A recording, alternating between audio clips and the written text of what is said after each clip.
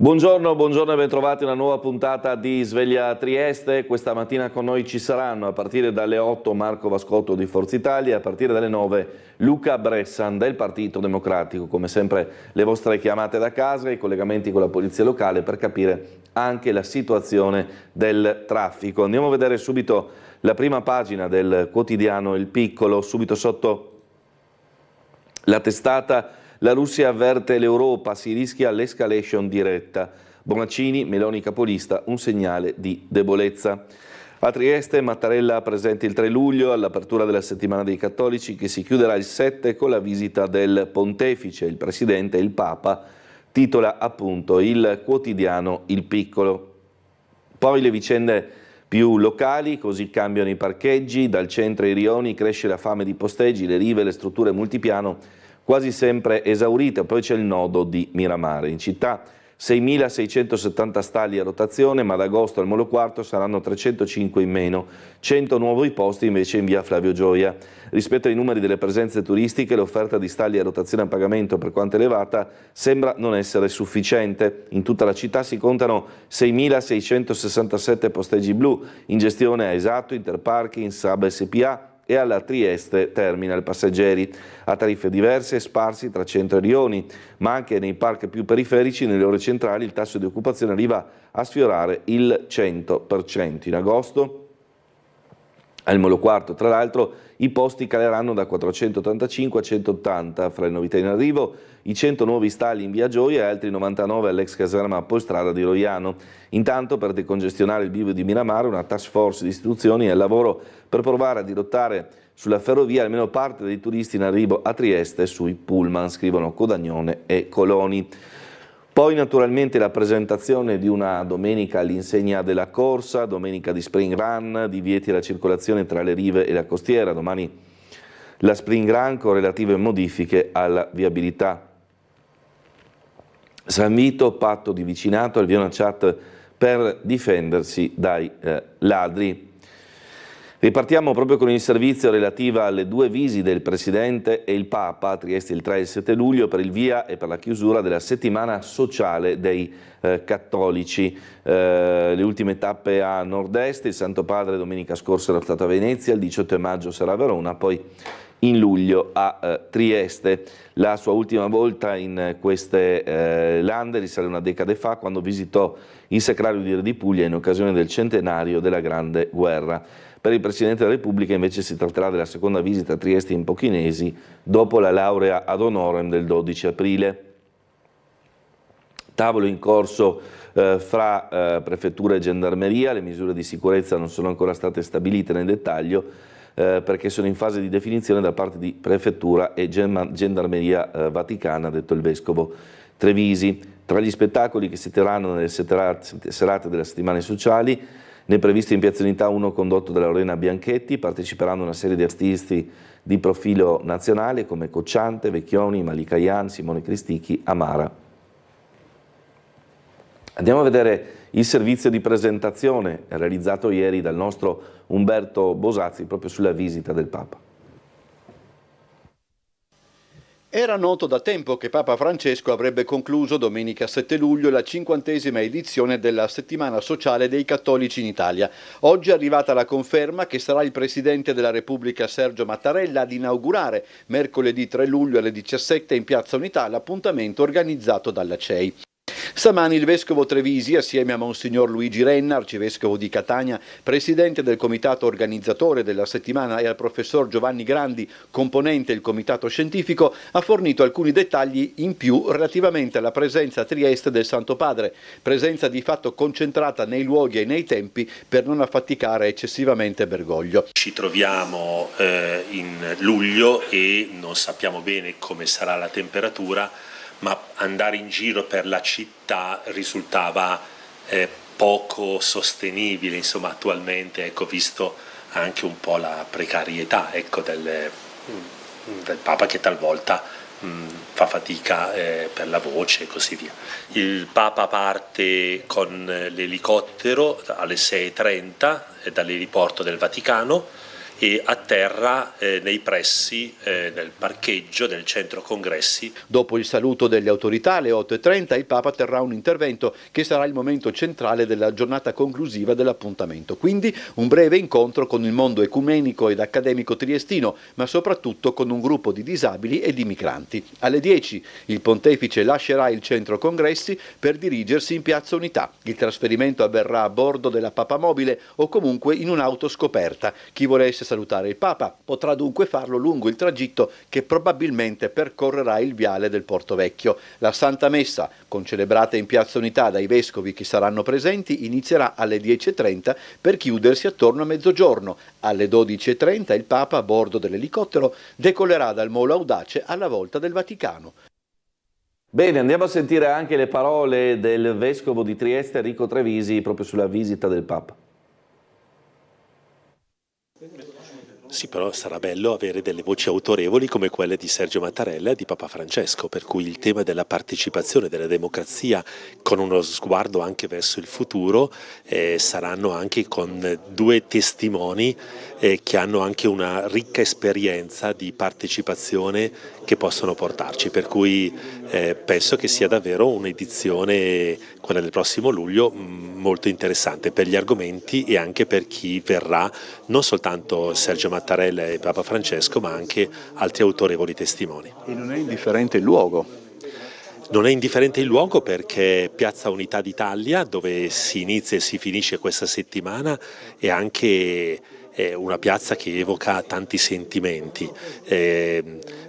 Ricordiamo anche che è la piazza dove sono state proclamate le leggi razziali e invece noi vogliamo lì proclamare che c'è un'altra partecipazione, che c'è invece una democrazia nella quale tutti siamo chiamati a dare il nostro attivo apporto.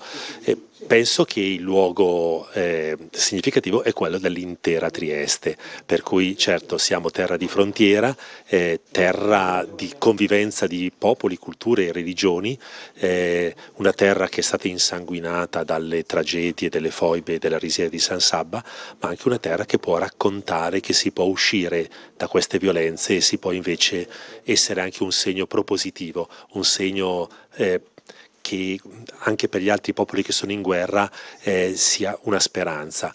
Si può ricominciare a parlarsi e a costruire la pace. Allora, le altre notizie relative alla visita del Papa per la messa a 15.000 bottigliette il giorno della messa celebrata da Papa Francesco domenica 7 luglio. È verosimile che la temperatura possa essere decisamente alta. Gli organizzatori si sono quindi già garantiti la fornitura di 15.000 bottigliette d'acqua e 10.000 cappellini da distribuire ai fedeli.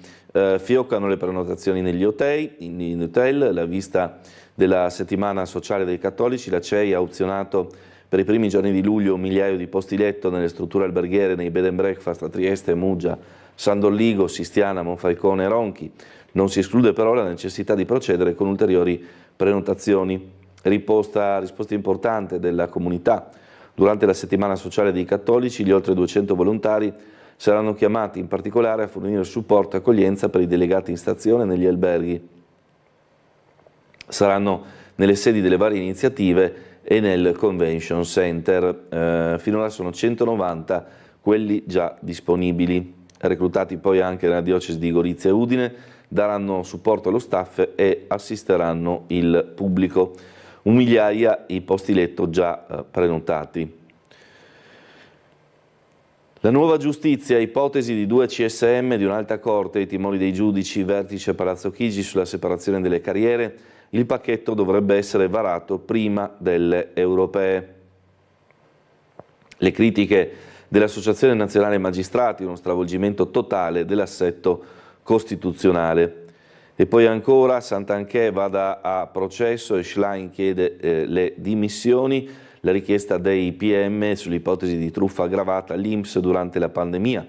Il primo filone sul caso Visibilia, secondo l'accusa avrebbe ottenuto indebitamente la cassa integrazione per un totale di 13 dipendenti. Tajani dice nessun imbarazzo. L'udienza sarà fissata nel giro di 7 giorni, l'inizio dopo l'estate.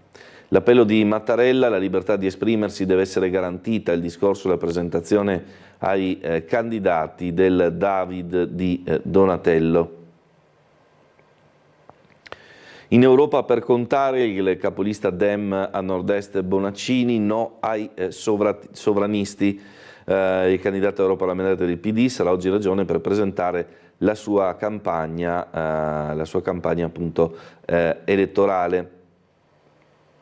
Sarà a Ruda alle 9:30, poi a Stranzano e poi alle 11:30 al Caffè San Marco in via Battisti assieme alla candidata regionale Sara Vito. Schlein ha fatto la scelta che riteneva migliore dopo essersi confrontata con tutti, altrove non succede. Democrazia e pace siano la missione del continente, con la destra a rischio di isolamento. Il PD no al leaderismo sfrenato, un'alternativa oggi è possibile. A Udine, governata dal centro-sinistra, la presentazione della squadra. Venanzi, vedere in lista Vannacci, generale a cui manca il senso dello Stato, è preoccupante, dice Caterina Conti, segretario regionale. Lega per i candidati FVG, Dreosto ribadisce la linea del Carroccio, Cisinzu Vannacci ha detto solo che è il benvenuto. L'uscente Lizzi, il bello del partito è che affianca il merito la proposta di nomi nuovi. Berlato, negazionista del Covid, nei 15 di Fratelli d'Italia dopo Meloni, il Partito Democratico all'attacco, un insulto alle migliaia di vittime. Lui prova a difendersi, semplicemente non mi sono fatto inoculare sostanze sperimentali, dice. Mosca attacca Cameron e Macron, c'è un rischio di escalation diretta. Il ministro degli esteri Tajani ha voluto ribadire che l'Italia non invierà le proprie truppe di guerra nel territorio ucraino. Allarme per la Pasqua in Ucraina, le autorità hanno sconsigliato di recarsi nelle chiese. 2 persone uccise e altre 2 ferite in un attacco russo nella città di Kurakovo. L'avanzata dell'armata russa in Ucraina e le difficoltà in cui si trovano le forze di Kiev fanno impennare i livelli di guardia e le tensioni tra Mosca e l'Occidente. I russi in una base con truppe statunitensi, timori occidentali dopo il golpe, vicinanza scomoda in Niger, dove si fanno sempre più concreti i timori statunitensi di perdere influenza nel paese chiave per la stabilità del Sahel a vantaggio del Cremlino. Intanto, per quanto riguarda il conflitto fra Israele e Gaza, dilagano le proteste nel mondo. Gaza dice che grazie agli studenti protesti in Europa, un po' nelle università più importanti, quella di Leeds a Coventry e al University College di Londra, poi a Berlino, a Parigi, a Valencia e poi in Italia, Torino, Milano, Bologna, Pisa, Siena, Roma e Napoli. A Princeton scatta lo sciopero della fame, sgombero alla New York University, evacuata anche la Sciences Po a Parigi. I messaggi di gratitudine arrivano dalla striscia di Gaza.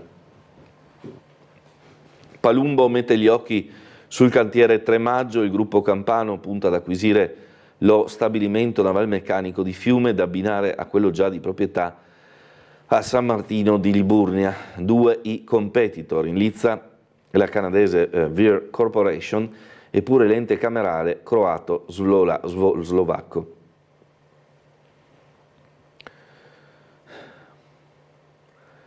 Fabbrica di treni in Serbia, la richiesta di Vučić a Xi in vista della visita a Belgrado del presidente cinese, prevista tra il 7 e l'8 maggio. Il padrone di casa prepara i colloqui, arrivati intanto i primi pendolini da Pechino. Andiamo a vedere invece il servizio del nostro TG di ieri relativo al no da parte dei residenti di Camposacro allo spostamento dei migranti del Silos nel sito dell'Ostello Scout, un po' come avvenne nel 2020. Il trasferimento dei migranti del Silos ai campo scout di Camposacro non sa da fare, e questo è il senso di una petizione con 54 firmatari, sostanzialmente la metà dei residenti della frazione Carsica, che si oppongono all'operazione che verrà fatta scattare appena completata la compravendita dell'edificio di proprietà di Coop Alleanza. Si pensava prima dell'estate, ma ora i tempi sembrano potersi allungare. A sollecitare la raccolta firme non è solo la privazione di spazi di aggregazione ai giovani scout, ma la paura del dell'effetto che la localizzazione dei migranti avrebbe, anzi ha già avuto in quel sito, utilizzato ora dalla comunità La Fonte per l'accoglienza di minori. Il riferimento è all'estate 2020, quando il Ministero degli Interni decise, di fronte all'emergenza arrivi dalla rotta balcanica, di collocarvi una tendopoli. Una decina di tende da campo del Ministero degli Interni già montate e altre 4, se necessarie, pronte per il montaggio. I 120 abitanti di Camposacro ricordano bene quel periodo. La scelta di sistemarvi i migranti fa prevedere una situazione di sicuro sovraffollamento, si spiega nella nota, che si ritiene non controllabile numericamente sia per la sua ubicazione che per il suo libero accesso 24 ore su 24. Si va a sconvolgere sensibilmente la vita degli abitanti. Il riferimento è appunto a 4 anni fa, quando i richiedenti asilo erano in numero ben superiore rispetto alla capienza della struttura e quasi il triplo dei residenti di Camposacro. Si ricordano intasamenti degli autobus, ritardi per gli accessi a scuola, lavoro, visite mediche, immondizie, cibo sparso fuori dai bottini con proliferazione di ratti, bisogni corporali, molestie, schiamazzi sia di giorno che di notte. Tra gli altri episodi segnalati anche i furti nel supermercato Prospicente, fatto documentato all'epoca della nostra emittente, in un contesto in cui si teme anche per le abitazioni private. Tutto ha un limite, spiegano, abbiamo diritto di vivere senza paure. Allora con la rassegna stampa, aiuti e posti di lavoro stabili, 60 milioni per la svolta in Friuli Venezia Giulia, fondi per aziende che assumono a tempo indeterminato, scusate, c'è il via libera delle parti sociali al piano di sviluppo.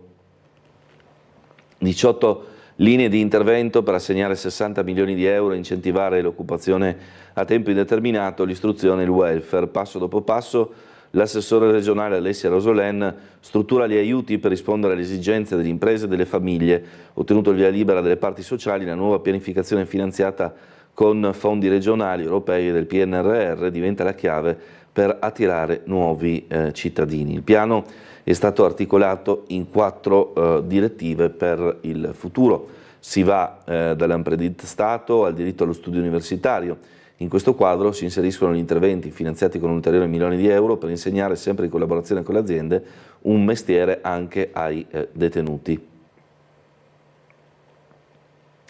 Taglio del nastro alla connessione fra la 4 e la pedemontana veneta e col nuovo svincolo. L'interconnessione fra l'autostrada Brescia-Padova e la superstrada pedemontana veneta diventa realtà a partire dalle 8 di stamani, sabato 4 maggio. L'ultimo gesto del viticoltore Pittaro lascia l'azienda ai 9 dipendenti, emozione fra i presenti al momento dell'apertura del testamento. Ogni tanto ce lo diceva, ma pensavamo che stesse scherzando. Fu l'inventore delle bollicine in Friuli Venezia Giulia assieme al grande Girolamo Dorigo. Lo storico enologo è braccio destro di una vita, il perito agrario, la contabile, l'addetto commerciale, gli uomini di cantina e di vigneto. Sono i 9 dipendenti dell'azienda vinicola di Piero Pittaro, l'imprenditore friulano scomparso 89 anni, o meglio ex dipendenti, a appunto ereditare l'azienda. Stefano morto nel pozzo a Gorizia, condanne al sindaco e altri 5, 1 anno e 10 mesi a Ziberna. Agli altri componenti del curatorio della Coronini 1 anno e 4 mesi. Sono 6 le condanne, scrive Stefano Bizzi, per la morte di Stefano Borges nel pozzo del parco Coronini-Kronberg, avvenuta il 22 luglio 2020 durante la gara di orienteering organizzata nell'ambito del centro estivo della parrocchia di Gorizia. Nel processo in primo grado il sindaco Ziberna è stato condannato a 1 anno e 10 mesi, mentre i rimanenti 5 componenti del curatorio dell'ente, Marco Menato, ex direttore, Tiziana Gibelli, ex assessore regionale della cultura, Raffaella Sgubin, direttore del servizio ricerca musei e archivi storici dell'ERPA, e Maurizio Boaro, componente cooptato effettivo, e Bruno Pasconi, componente supplenti, sono stati condannati a 1 anno e 4 mesi ciascuno. Turisti bloccati nello Yemen, interviene la diplomazia. Il caso di un gruppo di italiani, tra cui 2 donne venete, vogliamo tornare. 15 turisti italiani sono bloccati sull'isola di Socotra, a largo dello Yemen.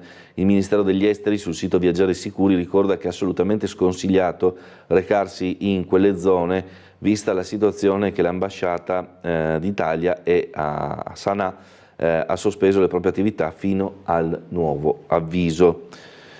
Ma questo non ha scoraggiato il gruppo di turisti provenienti da Veneto, Lombardia, Sicilia, Puglia, Abruzzo, Emilia Romagna e Toscana. Ora sono lì sospesi, il volo di ritorno è stato cancellato e non si capisce bene il motivo. Caso di mala sanità a Bergamo, non era lombalgia ma tumore, donna muore, medici accusati, è morta a 61 anni per un tumore ai polmoni ormai in metastasi, ma che è stato scoperto troppo tardi perché inizialmente scambiato per una lombalgia. Ora i figli di Stella Alaimo Franco, scomparsa a Treviglio lo scorso 30 marzo, hanno presentato denuncia. Pagina economica, Generali lancia il club degli azionisti, valorizzato il ruolo di public company, prodotti ed eventi esclusivi per i 171.000 investitori retail, il segretario del CDA catalano, progetto entro l'anno. Generali lancia il club degli azionisti, scrive Piercarlo Fumanò, il progetto sarà presentato entro l'anno e comunque in tempo per la presentazione del nuovo piano strategico che il CEO Philippe Donnet sta elaborando. È qualcosa su cui abbiamo lavorato nell'ultimo decennio e non vediamo l'ora di vederlo iniziare il prima possibile. Trimestre record per Intesa San Paolo, utile a 2,3 miliardi. Messina, la politica dei dividendi ci ha reso come Generali, conti in linea con il target di 8 miliardi di profitti a fine anno. Dovremmo essere in grado di collegarci con la sala operativa della Polizia Locale per le ultime su traffico e viabilità. Buongiorno. Salve, buongiorno a voi. Dunque, notata tutto sommato nella norma, non è successo nulla di particolare, se non due piccoli incidenti, ma nulla di tale. Per la giornata di oggi manifestazioni che riguardano la viabilità ordinaria non ve ne sono, ci sono i soliti mercatini in Largo Bariano, in Piazza Goldoni, in Piazza 25 Aprile, nell'abitato di Borgo San Sergio, a San Giacomo, ma le ripeto, non riguardano la viabilità ordinaria. Altre cose non dovrebbero esserci, poi abbiamo questa sera intorno alle 23:30, ma comunque il nostro personale presente sul posto, abbiamo la celebrazione della Pasqua ortodossa con una processione intorno a Via Genova e un'altra celebrazione all'interno della chiesa in Via dell'Istria 73. Per il resto non avrei null'altro da aggiungervi, solo preavviso, ma ne riparlerà il mio collega nell'appuntamento poi, che è da ricordarci che domenica 5 maggio c'è la Bavisela Trieste Spring Run, perciò tutto quanto chiuso, strada Storia Costiera, Viale Miramare, provinciale 1 tra San Giovanni di Luino e Bivio Tre Noci e le Rive, Mercato Vecchio, e come al solito, insomma, dai, in poche parole. Grazie l'ispettore capo. Niente, si figuri, Roberto salve, Leonardi. buona mattinata, salve. Allora, poi naturalmente nel corso del nostro telegiornale daremo conto di quelli che saranno i divieti, le chiusure per la giornata di domani, ma anche le indicazioni utili per i runner della Trieste Spring Run competitiva, la mezza maratona, e poi naturalmente c'è la Family da Miramare a Piazza Unità. E appunto si parla proprio di questo in apertura della cronaca locale del Piccolo. Trieste corre con la Spring Run, interdette la costiera e le rive, domani all'alba al pomeriggio scattano i divieti alla circolazione dal centro fino a Monfalcone. Domenica sarà il momento delle gare, alle 9 partirà da Duino la 21 km Spearing Roller Marathon, alle 9:30 la mezza maratona, alle 9:45 previsto l'avvio del bivio di Miramare della prima staffetta solidale con il nuovo format con 3 partecipanti. Dunque alle 10 l'attesissima partenza della Bavisela Family, la gara non competitiva di 7 km con partenza dal bivio di Miramare sino in Piazza Unità. Va detto appunto che saranno in vigore domani all'alba sino al pomeriggio i divieti di circolazione dal centro, fino al limitare di Monfalcone. Andiamo a parlare di parcheggi. Allora, questa è la situazione, diciamo, prospettica. Andiamo a vedere quello che è successo ieri, però, con il sindaco di Piazza, che ha fatto un po' il punto della situazione su questi giorni festivi in cui abbiamo vissuto una serie di ingorghi. Sentiamo perché. È circa mezzogiorno e c'è una fila intensa di veicoli che percorrono le rive per andare a parcheggiare in Portovecchio. In realtà, come ci spiega il sindaco di Trieste Roberto Di Piazza, al parcheggio del Silos ci sono 605 posti liberi. Questa mattina ci sono, buongiorno a tutti, ci sono 605, ieri c'erano 690, allora abbiamo 1000 cari concittadini, abbiamo 1000 posti macchina a disposizione. In questo momento ce ne sono 605, io parcheggio sempre qua, entro col telepass, per cui non ritiro neanche il biglietto, entri col telepass ed esci col telepass, è il top. Per quanto riguarda i turisti, naturalmente adesso cercherò di far mettere sui navigatori in maniera che, allora parliamo sempre, la fila dietro il comune, perché tutti vogliono andare dietro il comune, ma qui siamo a 700-800 metri dal centro, perché insomma prendi la via Trento e se prendi il ponte via Casa del Risparmio sei arrivato in centro, dico. Ecco, come vedete la situazione sulla carreggiata centrale di sinistra si prosegue, mentre a destra si forma un incolonnamento per chi decide di andare a parcheggiare in Portovecchio. Il problema pare sia legato al fatto che il Silos, il parcheggio vicino alla stazione, invece non è inserito in molti sistemi di navigazione. Sicuramente in questo momento la città sta vivendo un momento straordinario sotto il punto di vista turistico, ma ripeto, ogni giorno sento alcuni triestini, poi c'è anche tanta politica, non ci sono i parcheggi, che sicuramente mancano i parcheggi, perché adesso faremo quello che sposteremo al mercato frutticolo, però qui 605 la dice lunga sulla mancanza di parcheggi a Trieste.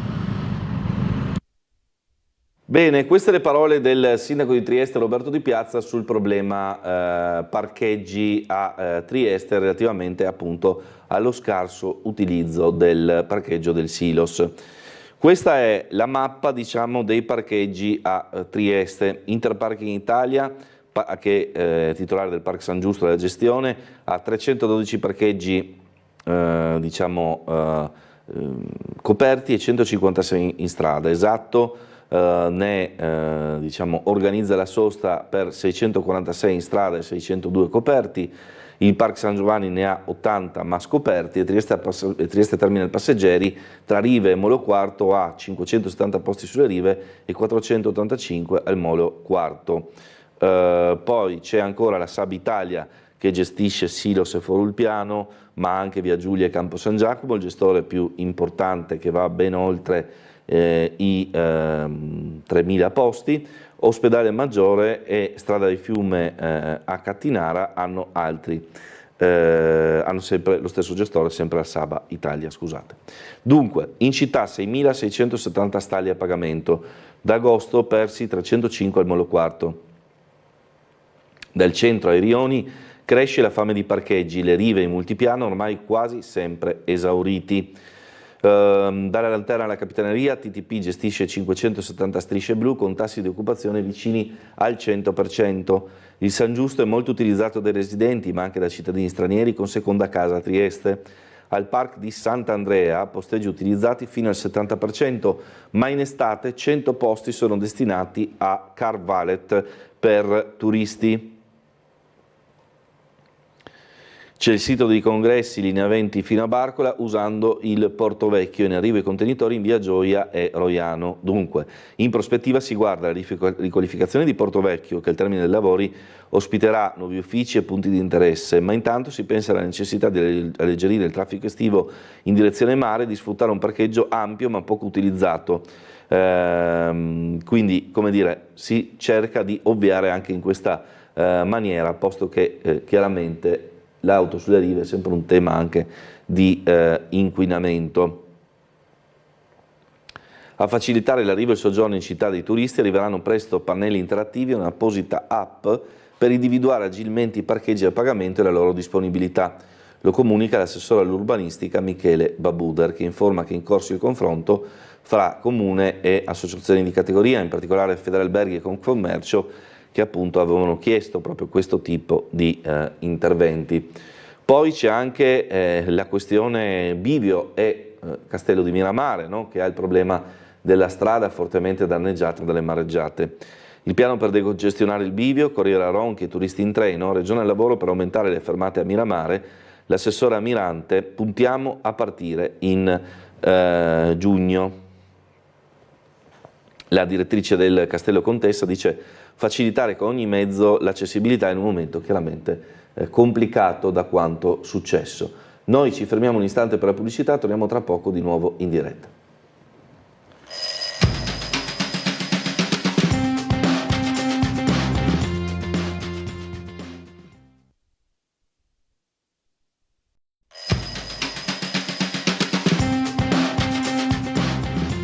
Bentrovati in diretta su Tele4, proseguiamo con la nostra rassegna stampa dal quotidiano Il Piccolo. Abbiamo visto la questione del problema parcheggi, dei turisti e così via. Andiamo a un altro tema, nasce il patto di vicinato a San Vito, una chat per difendersi dai ladri, dopo i furti nelle vie Coletti, Schiaparelli e Besenghi, persone sospette segnalate alla polizia locale, portoni dei condomini lasciati aperti con pezzi di carta. L'escalation di furti nelle case messi a segno in questi primi mesi dell'anno, riusciti o solo tentati, ha spinto San Vito e Campi Elisi ad attrezzarsi, scrive Giampaolo Sarti. Un gruppo di residenti dei due quartieri, tra i più presi di mira in questo periodo, si sta organizzando con una sorta di patto di vicinato per aiutarsi reciprocamente a controllare le rispettive abitazioni. Come dire, tu vai in ferie, io tengo d'occhio il tuo appartamento, o comunque eventuali movimenti sospetti sia nel condominio che in giro per il rione. E poi tu fai altrettanto quando me ne vado io.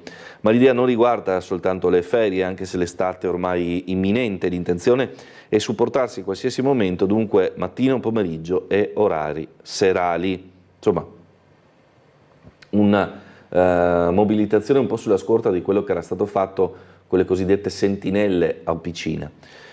Molestava le passanti, 25enne in manette. Andiamo a vedere il servizio realizzato dal nostro TGD Tele4. Il molestatore seriale agiva nella zona di Viale 20 Settembre.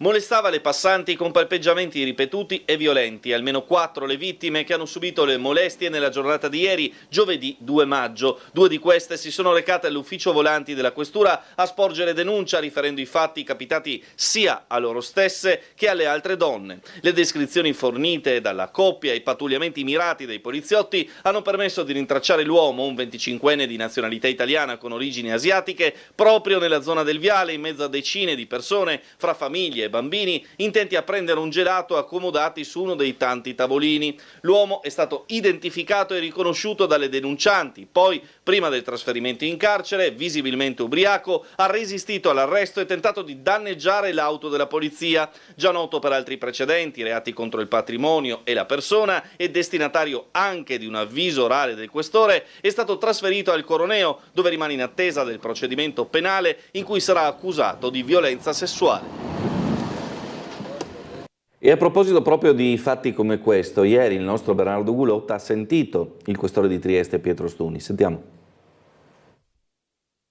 Ogni episodio più o meno recente che riguarda fatti di cronaca nera a Trieste è sotto lo stretto monitoraggio delle forze dell'ordine. La polizia in questo contesto è molto attenta al controllo del territorio, dispiegando numerosi agenti nei punti più sensibili del capoluogo, piazze, rioni o complessi abitativi. La rassicurazione proviene direttamente dal questore di Trieste Pietro Stuni, che questa mattina, a margine del Memorial Day organizzato dal sindacato SAP in ricordo degli agenti caduti in servizio, ha approfittato per fare il punto della situazione. Su tutti gli episodi che ci sono stati, noi ci siamo sempre stati e abbiamo, o noi o i colleghi dell'Arma, individuato sempre i responsabili. Gli ultimi fatti che sono accaduti, gli responsabili sono stati tutti individuati.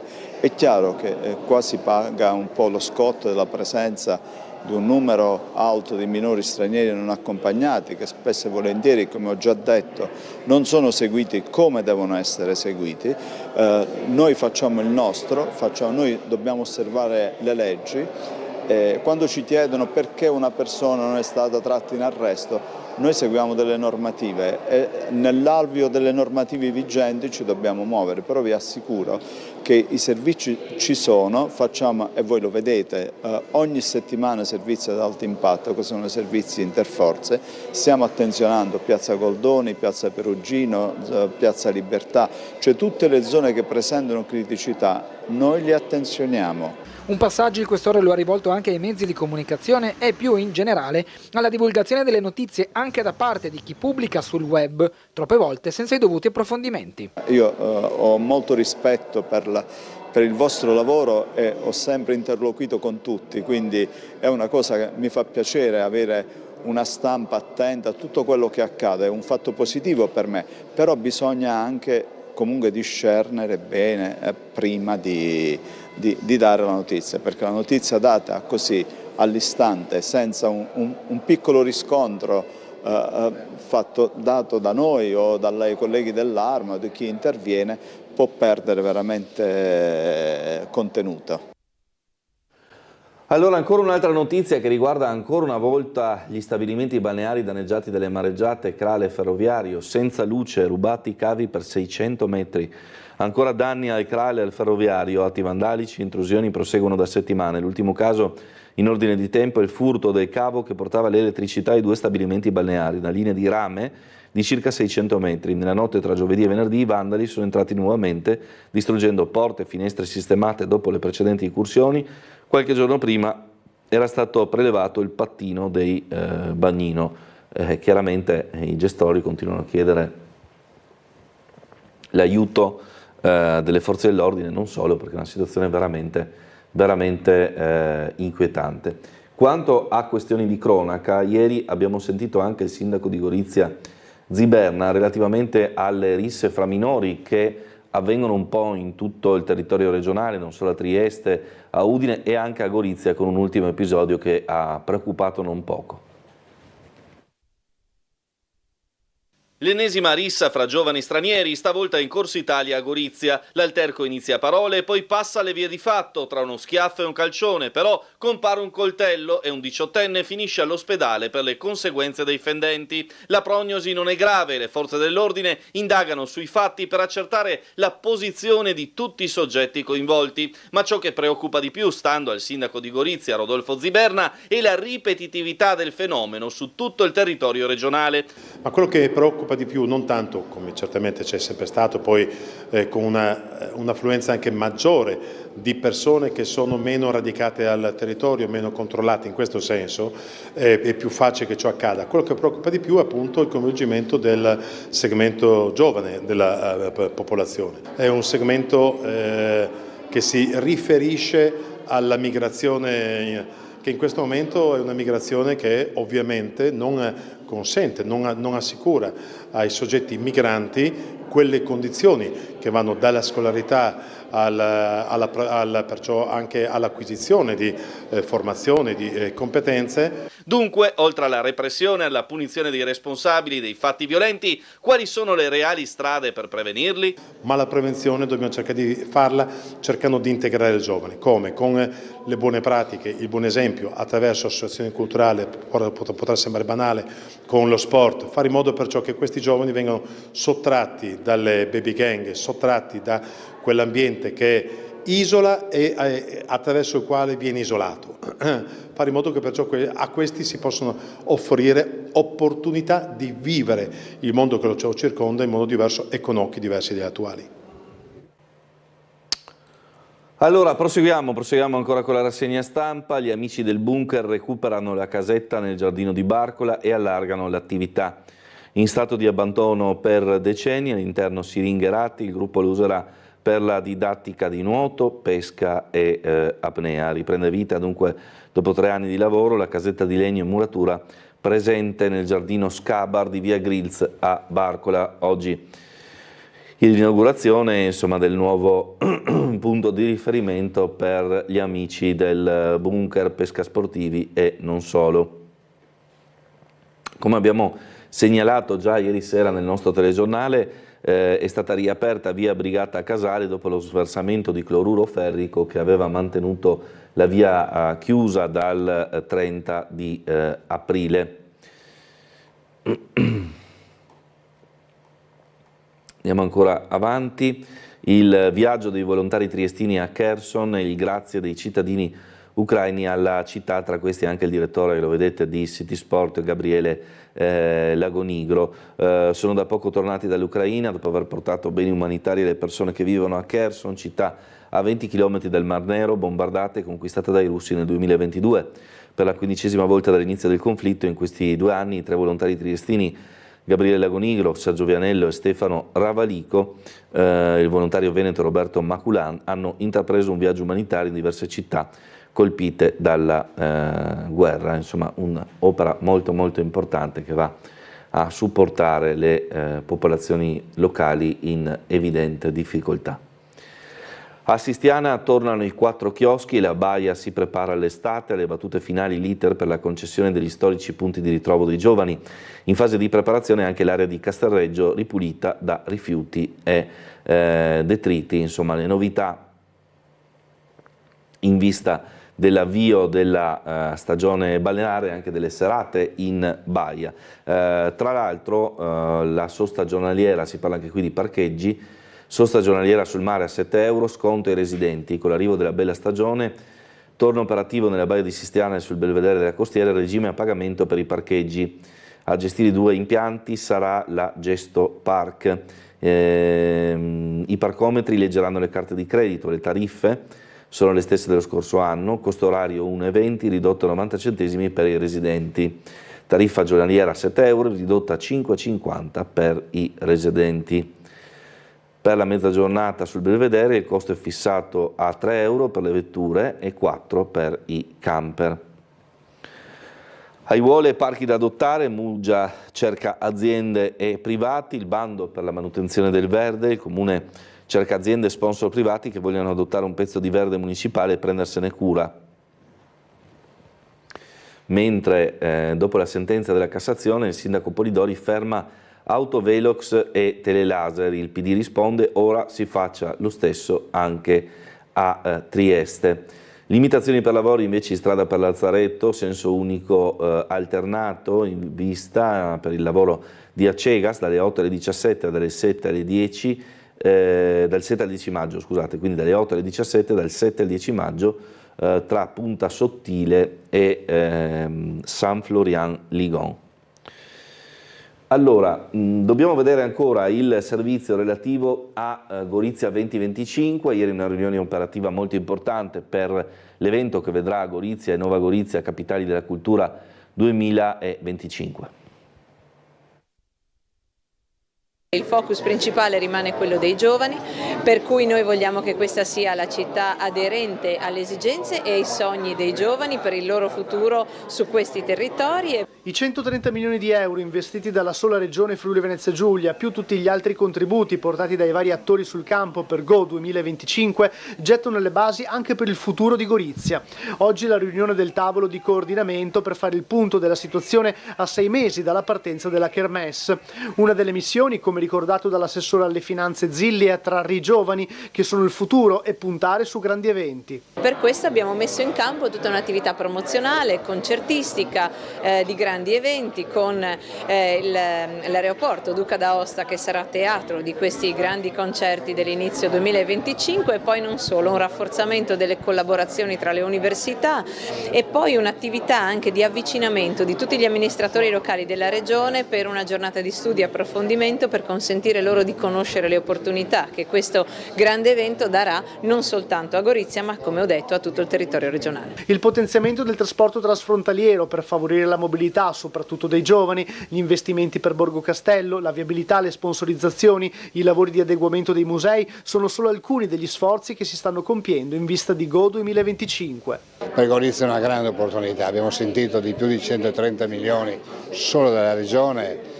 La Camera di Commercio nel suo piccolo ci sono quasi altri 2 milioni e così via via sentendo gli altri, per cui quello che manca è coinvolgere la popolazione, coinvolgere i ragazzi, noi ci stiamo già lavorando, lo faremo come Camera di Commercio attraverso l'associazione di categoria, faremo in modo che la città si sia coinvolta, però quello che vediamo è che tutti gli investimenti che facciamo al di là di attirare attenzione, sono investimenti a lungo termine che serviranno anche dopo Go25. Questa bellissima perla che è Gorizia dobbiamo un po' tutti attaccarla al carro regionale che sta marciando con Trieste in pista per quanto riguarda il turismo, naturalmente sto parlando, per cui Gorizia merita un ruolo di grande qualità.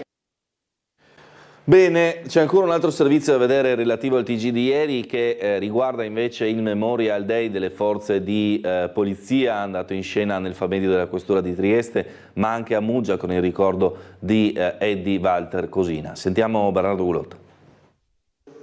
Memorial Day 2024 al 32esimo anniversario dalla strage di Capaci, dove perse la vita il giudice Giovanni Falcone e gli uomini della scorta. All'interno della Questura di Trieste questo momento per ricordare tutti i poliziotti che sono caduti in servizio, ma non solo loro, anche giornalisti, religiosi, politici.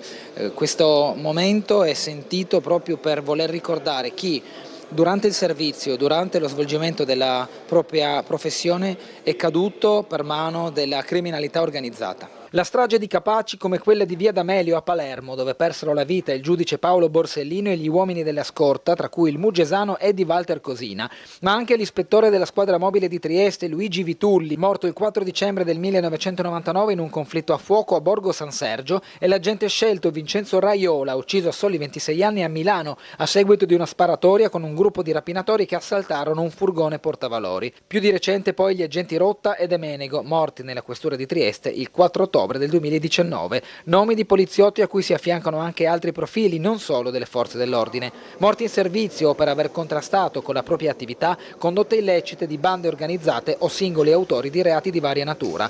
Il SAP, Sindacato Autonomo di Polizia, da 32 anni organizza il Memorial Day per mantenere vivo questo ricordo a Trieste così come in altre città italiane. È determinante utilizzare questi strumenti, queste giornate proprio per sensibilizzare e ricordare. Sono passati veramente tanti anni e c'è il rischio che quello che è accaduto non si ricordi più, e quindi ci pensiamo noi a ricordarlo e a cercare di valorizzare quello che sono i sacrifici di persone comuni come tutti noi, che hanno proprio sacrificato la loro vita proprio per il bene comune di tutti quanti. Bene, proseguiamo ancora con la rassegna stampa che ci porta anche verso le pagine sportive, perché sta per partire la stagione, diciamo così, dei playoff per quanto riguarda il basket e il calcio. Domani gara 1 in Piemonte contro Torino dei quarti di finale per la pallacanestro Trieste. È importante piazzare un colpo in Piemonte tra gara 1 e gara 2, cioè tra domenica e martedì. Al resto ci può pensare il secondo pubblico d'Italia, stando a quanto scrive Roberto De Grassi, circa naturalmente la possibilità il Pala Trieste di ribaltare, diciamo così, il fattore campo. Cristian, tra Torino e Trieste un confronto di pesi massimi, l'attesa è finita, bando la pretattica, da domani si fa sul serio, scrive De Grassi. A Torino si aprirà la serie dei quarti tra la Reale Mutua di Coach Ciani e Schina con la pallacanestro Trieste, domani alle 18 gara 1, martedì sera sempre al Pararuffini in secondo atto, su Tele 4 lunedì alle 13:50 potrete vedere gara 1. Trieste vanta il secondo minore incasso con oltre 47.596 euro di media ed è il secondo pubblico con 3.279 spettatori di media dietro la Fortitudo che ne fa comunque anche in A2 5.100.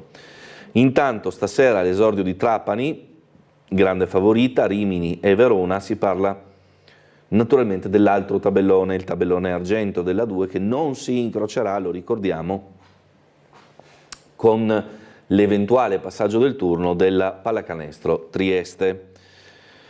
San Martini lancia Futurosa, l'energia dei nostri tifosi ci ha spinto verso gara 3, la protagonista del successo rosanero contro Costa Masnaga. Sappiamo che domani ci aspetta una gara difficile e dura, ma ci proveremo fino in fondo.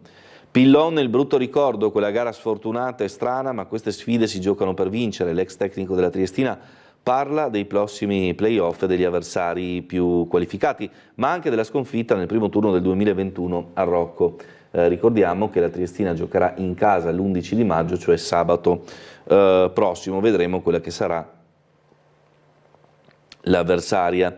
Intanto la Primavera di Marino va a Vercelli nella gara d'andata della semifinale, i Baby alla Bardati in Piemonte per la partita del -1 del confronto che designerà la finalista. Il tecnico: dobbiamo giocare sereni e con la giusta umiltà.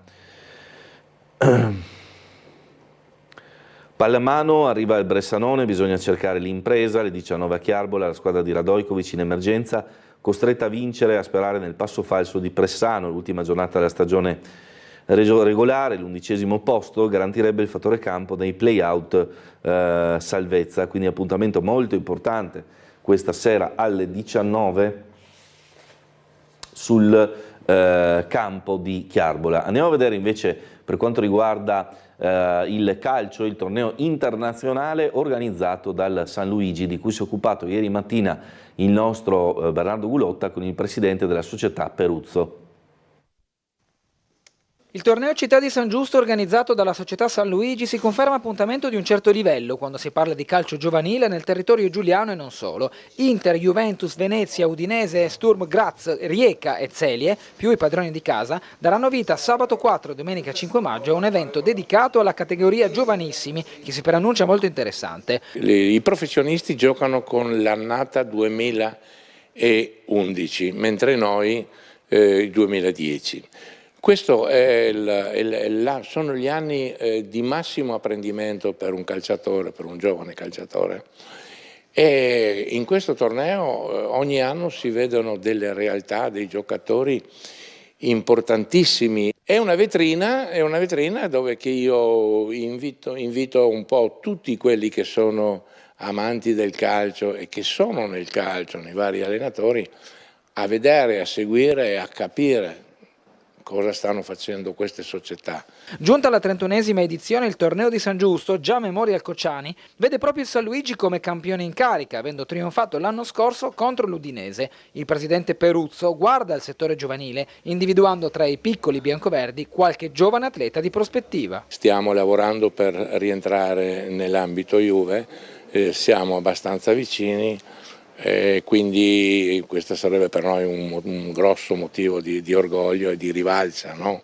Oltre a questo abbiamo dei ragazzi interessanti che sono seguiti dall'Inter in modo particolare, ma anche dalla Juve e dalla Fiorentina, quindi diciamo che è molto molto bene, oltre al fatto che domani andremo a fare la finale Juniores a Risano per il titolo regionale, che l'abbiamo già vinto l'anno scorso, e poi facciamo le fasi finali allievi e fasi finali giovanissimi regionali, quindi direi che come settore siamo all'avanguardia.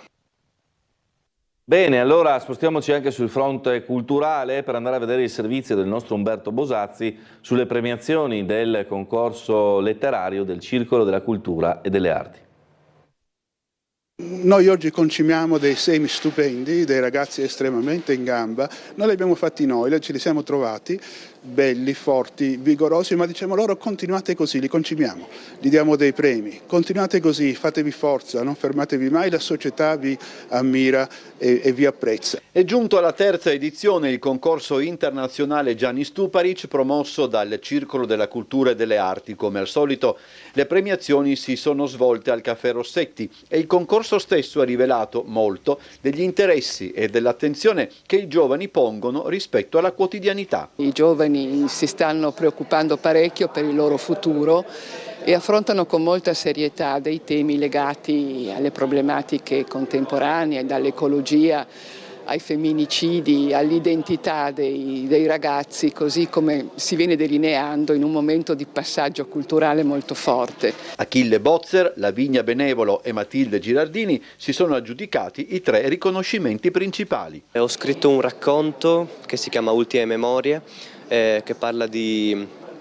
È il diario tenuto da un uomo, da un professore delle medie che vuole fare delle scoperte e vuole studiare la memoria e la speranza, e piano piano quest'uomo comincia a perdere a sua insaputa, senza sapere il perché, la memoria, fino a che non riesce neanche più a a ricordarsi come si scrive e come si parla. Mi è sempre piaciuto scrivere, ma questo mi è sembrato il modo per vedere se realmente ne fossi capace, diciamo così. E oltre al fatto che il tema del bando, che era qualcosa di contemporaneo, mi sembrava un buon modo per continuare a parlare di quei temi quali le violenze sulle donne, che spesso vengono presi in considerazione unicamente quando succede qualcosa di veramente brutto. E infatti è così che nasce il mio racconto. E ho scritto il testo Matrioske, che riguarda l'impatto del patriarcato e del femminismo sulla società odierna. Ho scelto questo concorso perché ho una passione per la scrittura che vorrei continuare a coltivare in futuro e sono molto contenta di essere arrivata sul podio e devo fare anche i complimenti agli altri classificati perché i testi sono veramente stupendi. Bene, allora ci fermiamo un istante per la pubblicità, ci ritroviamo tra poco con Marco Vascotto di Forza Italia.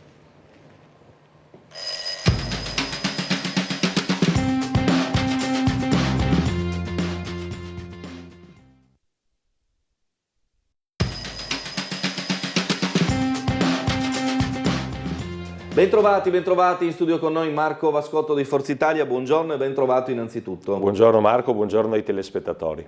Allora, in questi ultimi 2 giorni ci siamo occupati, visto che si tratta di un ponte festivo, dei problemi diciamo di intasamento delle rive in particolare, per le auto la questione parcheggi, oggi il Piccolo ha approfondito anche la questione del lavoro per futuri parcheggi, per anche diciamo così una ristrutturazione del sistema. Andiamo a vedere quello che ha detto ieri il sindaco di Trieste Roberto Di Piazza proprio in strada davanti all'ingorgo, diciamo così, e poi ne parliamo con Marco Vascotto.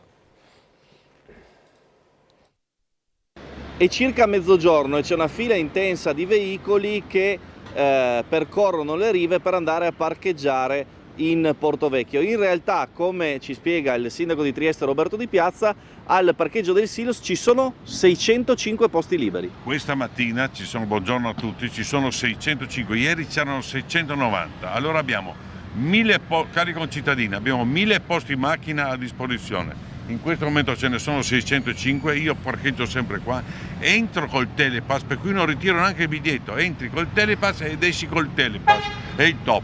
Per quanto riguarda i turisti, naturalmente adesso cercherò di far mettere sui navigatori in maniera che, allora parliamo sempre, la fila dietro il comune, perché tutti vogliono andare dietro il comune, ma qui siamo a 700-800 metri dal centro, perché insomma prendi la via Trento e se prendi il ponte via Casa del Risparmio sei arrivato in centro, dico. Ecco, come vedete la situazione sulla carreggiata centrale di sinistra si prosegue, mentre a destra si forma un incolonnamento per chi decide di andare a parcheggiare in Portovecchio. Il problema pare sia legato al fatto che il Silos, il parcheggio vicino alla stazione, invece non è inserito in molti sistemi di navigazione. Sicuramente in questo momento la città sta vivendo un momento straordinario sotto il punto di vista turistico, ma ripeto, ogni giorno sento alcuni triestini, poi c'è anche tanta politica, non ci sono i parcheggi, che sicuramente mancano i parcheggi, perché adesso faremo quello che sposteremo al mercato frutticolo, però qui 605 la dice lunga sulla mancanza di parcheggi a Trieste. Allora, ascolto, queste le parole del sindaco Di Piazza di fronte a una città che più che sta cambiando è già cambiata da un punto di vista turistico e in cui bisogna, diciamo così, ritarare un po' il sistema per evitare questi problemi, diciamo. Sì, ovviamente adesso apprendo dal sindaco che probabilmente c'è un problema a livello di impostazione dei navigatori satellitari, va segnalato il parcheggio del Silos. Sicuramente è comodo per i turisti che provengono dalla costiera, è il primo parcheggio disponibile, quindi andrebbe sicuramente segnalato, implementato sui sistemi di navigazione. Io poi sono l'ultimo diciamo, dei politici di turno, però consiglierei, prenderei esempio anche da altre città, faccio un esempio, la vicina Pirano. Tu hai una navetta gratuita che dal parcheggio ti porta in centro e fa il giro circolare, quindi un'idea potrebbe anche essere quella in futuro di istituire una navetta che parta dal Silos, arrivi al mercato ortofrutticolo, dove se verrà spostato il mercato verrà realizzato un altro parcheggio, insomma fare un giro circolare delle rive per cui i turisti magari non devono neanche farsi quel chilometro a piedi, perché poi magari è brutto da dire, però la gente è anche un po' pigra, no? Abbiamo tutti la tendenza a voler andare con la macchina a 5 metri dal posto che dobbiamo frequentare, che sia un ristorante, una pizzeria, un negozio, quindi bisogna anche un po' cambiare anche un po' la mentalità delle persone. Ieri mattina ero in città per questioni di lavoro alle 9:15 e il Parco San Giusto era esaurito e c'era già la fila di 10-20 veicoli fuori, quindi insomma bisogna, i parcheggi secondo me ci sono, vanno sfruttati meglio, vanno segnalati meglio, però ripeto non bisogna neanche aver paura o di prendere un autobus o di fare due passi a piedi, perché se poi noi vogliamo arrivare con la macchina a 1 metro dal negozio che dobbiamo frequentare non ne usciamo, anche perché Trieste è una città piccola, le strade sono strette, quindi insomma non parliamo di, non dico una metropoli americana, ma insomma spazi sconfinati, quindi il problema dei parcheggi c'è. Allora, tra un attimo la telefonata, scrive Giampaolo, con tutta la reclama a livello nazionale ed oltre del silos con gli extracomunitari, sarà molto difficile che uno straniero vada a parcheggiare in quel luogo solo perché oggi il silos corrisponde a pericolo, dice Giampaolo.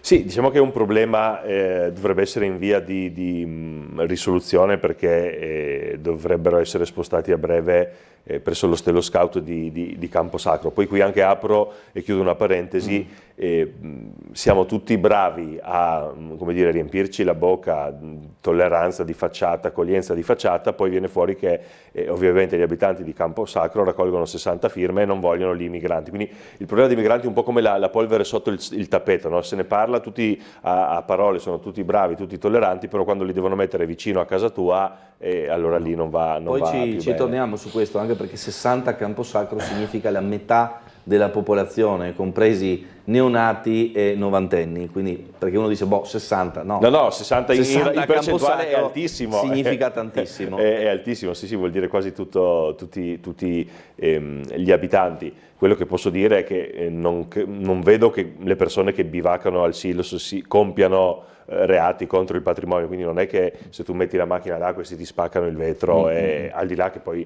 ci sono le telecamere, insomma non ci dovrebbero essere problemi, però lì anche è un problema in via di risoluzione. Il silos, devo dire, anche nella mentalità dei triestini è veramente un parcheggio poco sfruttato, non so se è poco pubblicizzato, viene forse considerato un po' fuori mano perché in zona stazione, però devo dire la verità che anche i triestini stessi lo frequentano poco. Allora, telefonata, pronto? Buongiorno. Buongiorno Marco, sono Pino, buongiorno anche al consigliere. Buongiorno. E niente, volevo fargli una segnalazione. Qua in via Stock a Roiano, 3 settimane fa, 4 circa, hanno cavato via la gabina delle corriere perché devono fare il marciapiedi e c'è un albero tagliato. E volevo sapere quando è che cominciano a fare, perché l'altro giorno mia moglie si è sgraffiato i piedi che erano i cavalletti per terra, no? E sarebbe bello che verrebbero presto questi lavori qua del marciapiedi. E dopo un'altra cosa, Marco, scusa che anche questa è una cazzata, ma te lo volevo dire. Ogni mattina quando fate vedere la pubblicità dei Triesti con i vigili, mostrate sempre la stessa fotografia. Non so perché non abbiamo altre fotografie da mostrare. Scusi, però non si può contestare anche la pubblicità, no? Come dire, quelli sono inserzionisti, fanno il loro spot, ce lo mandano e va in onda, quindi non è certo Tele4, no? In molti casi che va a mettere la fotografia. Sono inserzionisti, pagano e giustamente hanno il loro spazio su questo, quantomeno su questo, insomma, non interveniamo. Un saluto. Allora, Bascotto, se vuoi rispondere invece sulla questione stradale, diciamo così. Su via Stock non conosco la situazione, magari chiederò a qualche collega di partito di interessare gli uffici competenti, però purtroppo quando ci si trova di fronte a lavori di una pubblica amministrazione, purtroppo non sono mai immediati, quindi ci vorranno i tempi tecnici. Allora, vado proprio su quell'argomento che Bascotto ha lanciato prima, cioè il tema del campo scout di Camposacro con il servizio relativo alla petizione degli abitanti che, per diciamo così, far capire quello che potrebbe succedere, hanno diciamo così, ritirato fuori quanto succedeva nel 2020 con una chiara emergenza a rotta balcanica. Lì non erano i migranti trasferiti dal Silos, erano i migranti che arrivavano a frotte e andavano collocati direttamente lì, tra l'altro in un periodo Covid. Vediamo cosa succedeva e il perché della petizione. Il trasferimento dei migranti del Silos al campo scout di Camposacro non sa da fare e questo è il senso di una petizione con 54 firmatari, sostanzialmente la metà dei residenti della frazione carsica, che si oppongono all'operazione che verrà fatta scattare appena completata la compravendita dell'edificio di proprietà di Coop Alleanza. Si pensava prima dell'estate, ma ora i tempi sembrano potersi allungare. A sollecitare la raccolta firme non è solo la privazione di spazi di aggregazione ai giovani scout, ma la paura dell'effetto che la localizzazione dei migranti avrebbe, anzi ha già avuto in quel sito, utilizzato ora dalla comunità La Fonte per l'accoglienza di minori. Il riferimento è all'estate 2020, quando il Ministero degli Interni decise, di fronte all'emergenza arrivi dalla rotta balcanica, di collocarvi una tendopoli.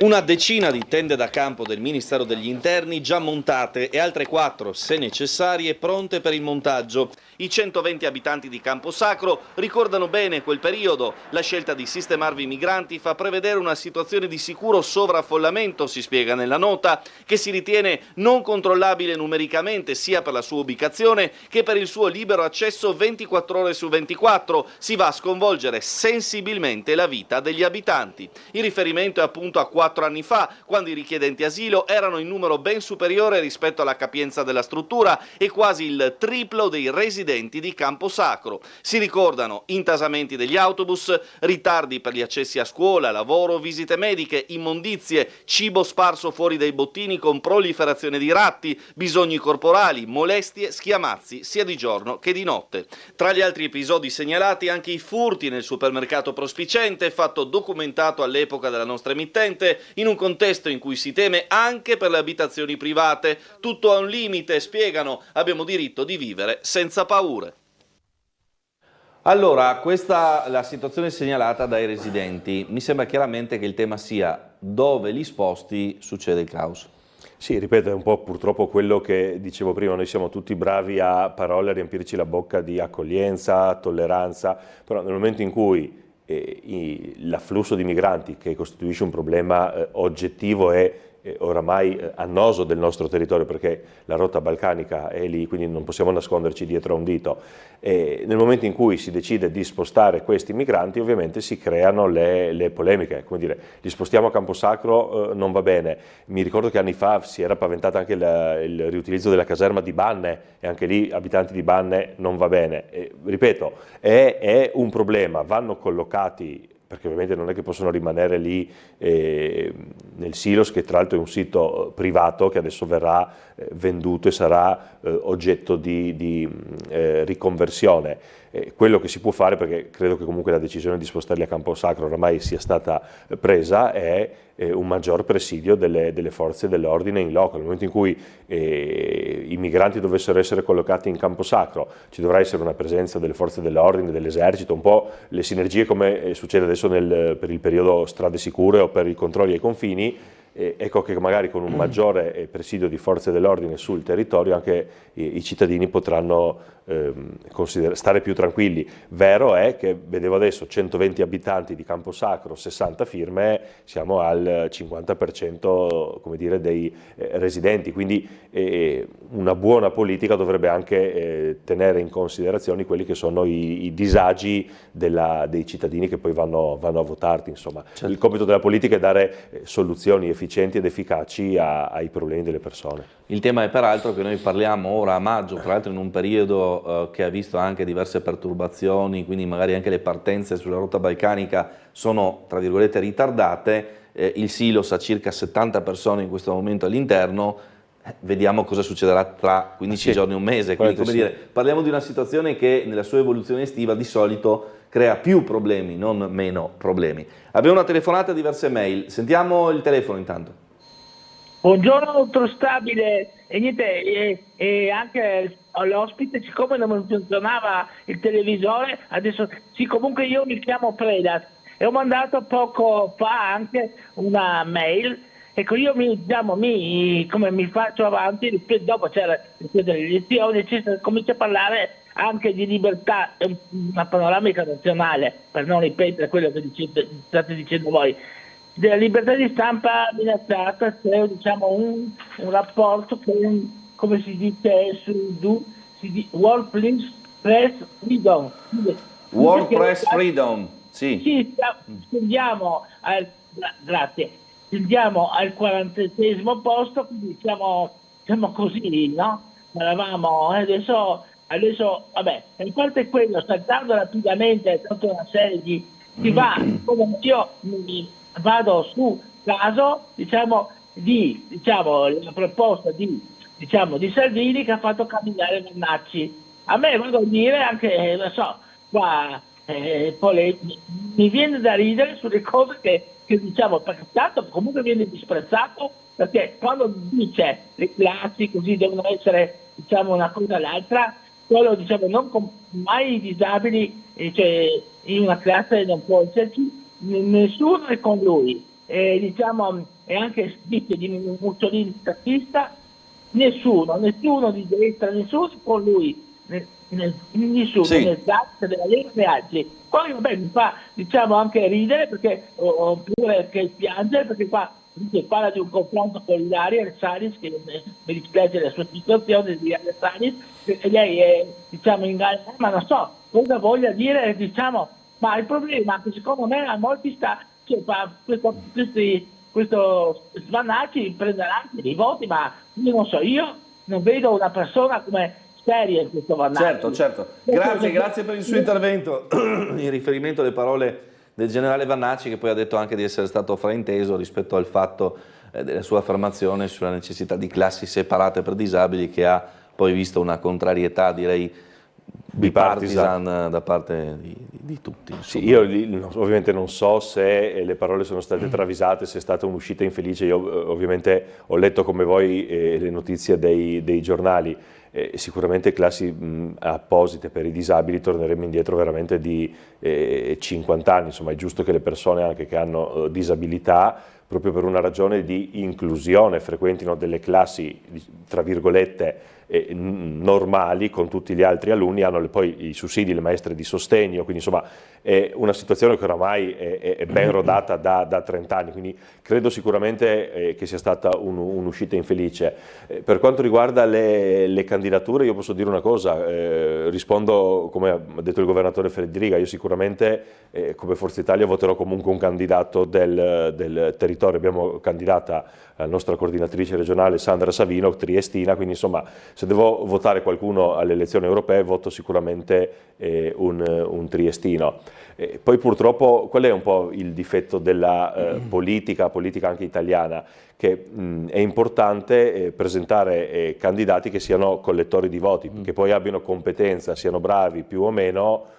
Questo passa purtroppo in secondo piano, anche qui non è un buon servizio che viene fatto alla politica. Io ovviamente sul Vannacci generale non discuto, sul Vannacci politico magari ho qualche riserva, o come ho qualche riserva sull'insegnante Ilaria Salis, cioè mi risulta, e poi da notizie di stampa, che abbia già riportato precedentemente all'arresto in Ungheria 3 o 4 condanne per reati mediante uso di violenza, quindi dico, cosa può andare a fare in Europa? Non lo so. Andrebbero ricercate persone che magari non garantiscono forse meno voti, ma che abbiano un po' più di competenze, insomma. Allora, tira molto l'argomento del parcheggio del Silos, perché Renata qui suggerisce una cosa che quantomeno per i residenti è assolutamente vera, perché l'ho sperimentata anche in prima persona.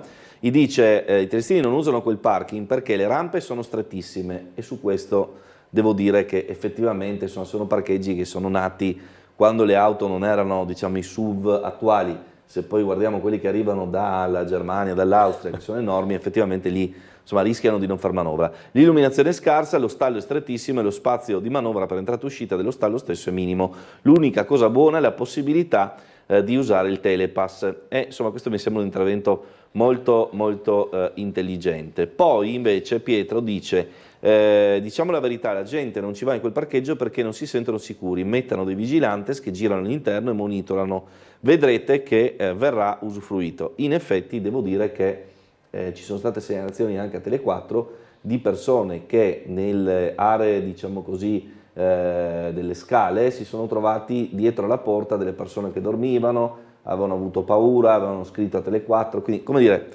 magari non è tutto vero, ma queste segnalazioni insomma hanno un senso.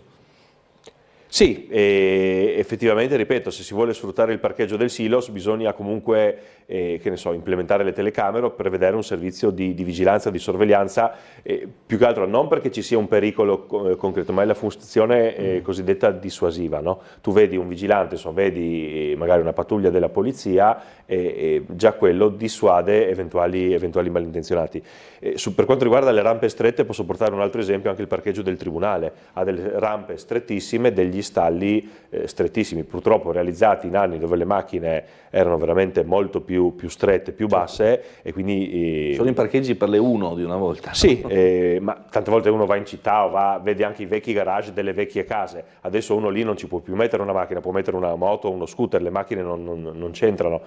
Però effettivamente anche modificare i parcheggi diventerebbe veramente anche molto oneroso in termini economici. C'era poi stata anche una polemica proprio da un avvocato, il collega Vida, sulla misura degli stalli in zona Foro Ulpiano, perché poi anche lì i parcheggi vengono dati o sono dei privati o vengono dati in concessione, quindi ovviamente si vuole massimizzare il profitto, quindi molte volte anche gli stalli sono, al di là delle rampe, anche gli stalli magari sono troppo stretti. Andrebbe un po' rivisto tutto il sistema. Abbiamo una telefonata, pronto? Buongiorno. Sì, buongiorno. Prego. La prego se potete non chiudere la chiamata come che hai fatto prima quel signor che aveva fatto una piccola dimostranza senza neanche offendere nessuno e niente, ha solo detto che se è vero, vabbè, che è da anni che mette sempre gli stessi video, ad esempio quando c'è roba di cronaca, c'è un video che c'è 2 poliziotti da anni, vabbè, che mi dicono che quei poliziotti saranno in pensione. Quando che fa il collegamento con i vigili urbani, c'è da mesi e mesi che c'è la rotonda là de Ponziana, cioè non so se delle dimostranze piccole, non sei offeso cosa, perché voi siete bravissimi, però insomma ogni tanto qualcosa di diverso se potessi mettere, senza che vi offendete, che smacca il telefono alla gente, perché vi ricordo che voi lavorate con le persone che vi fa le segnalazioni, che vi chiama, insomma un consiglio ogni tanto potete anche accettarlo, no?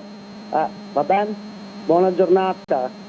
Sì, grazie signora, tenga sempre presente che insomma gli spot in quel caso in particolare non li facciamo noi, quindi come dire, cioè io posso anche accettare il suo consiglio sull'immagine del traffico, che ha perfettamente ragione, dopodiché sul fronte degli spot, se arriva lo spot di un committente che paga, quello va in onda, non è che lo vai a cambiare di testa tua, questo mi sembra abbastanza evidente. Marco, Dopodiché ha ragione su altro. Dobbiamo andare a svecchiare un po' le immagini di repertorio. Dobbiamo svecchiare le immagini. Comunque i poliziotti sono in servizio attivo, anche perché sono delle persone che conosco, tra cui un amico cestista. Detto questo, da McDonald's ci vorrebbe l'intervento dei NAS, troppe baruffe da strada. In NAS è un problema di come dire, sì.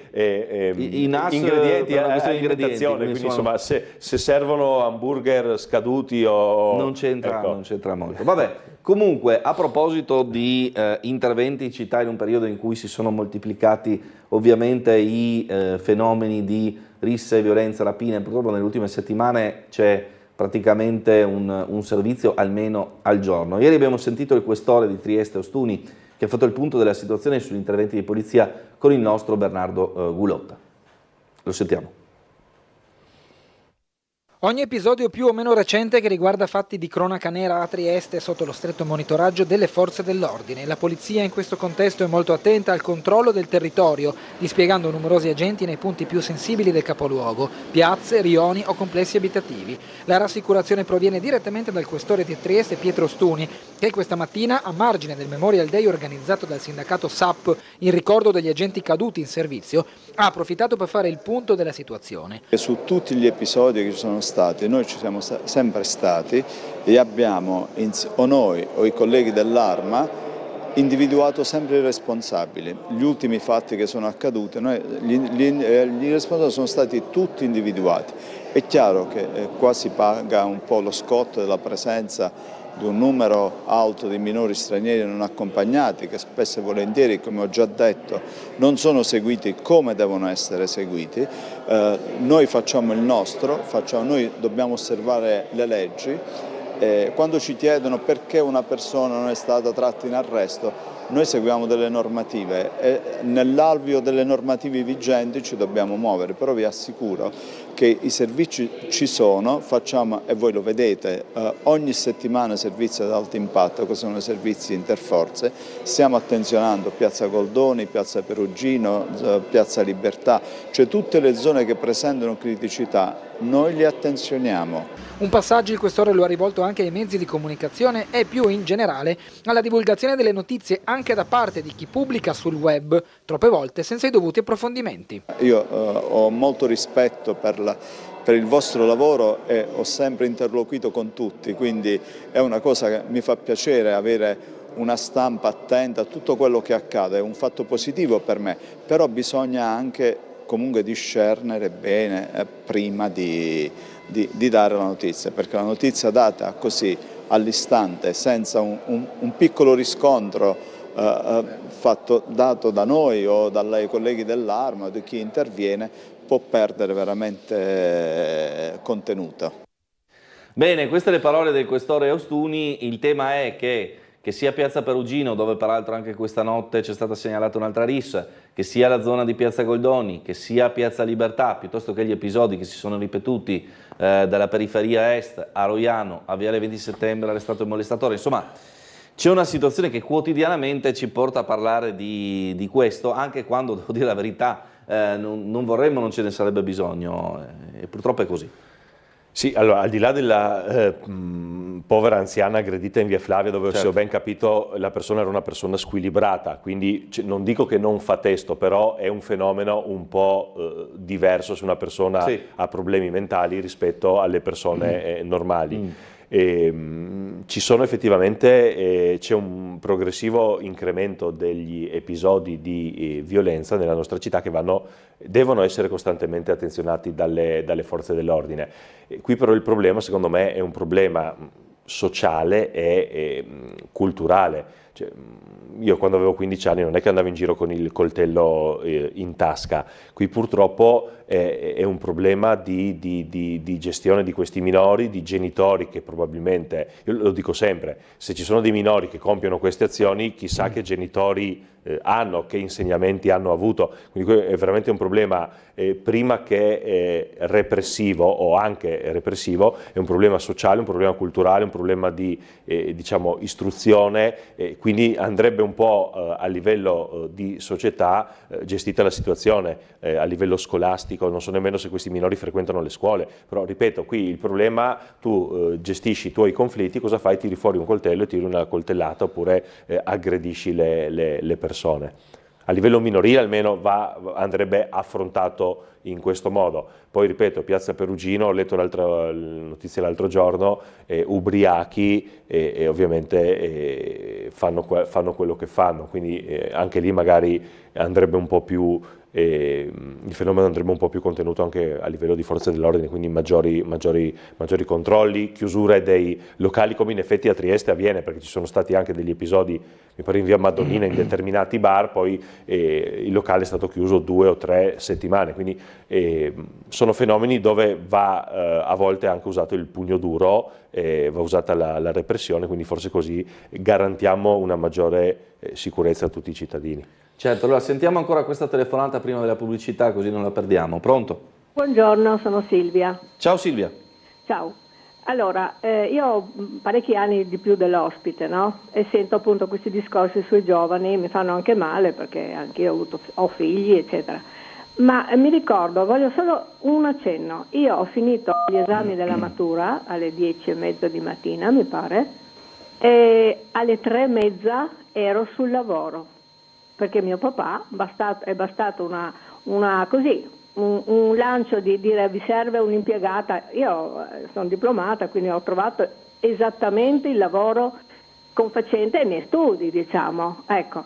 Quindi, allora, adesso non c'è nessuna prospettiva. Uno studia e non sa perché, oppure sa che dovrà andare all'estero, oppure di famiglia benestante, che non è un peccato, per carità, però è una fortuna perché poi sa girarsi. Allora, le prospettive dei giovani adesso sono disperanti. Cioè devono trovare delle motivazioni loro strane, non lo so, devono fare yoga, non so cosa devono fare, perché non c'è neanche la meritocrazia.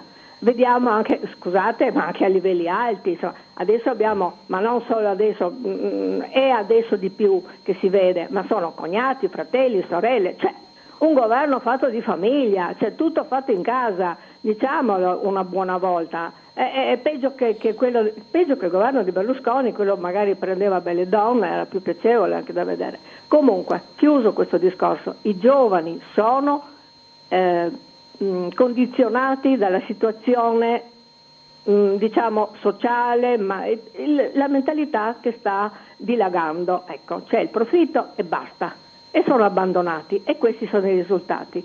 Poi un'altra cosa, la questione dei migranti, ma santo cielo, voi dovete accorgervi, siete andati avanti con slogan, non tanto Forza Italia, devo ammettere, di più Fratelli d'Italia, quella parte lì, Lega, poi non ne parliamo.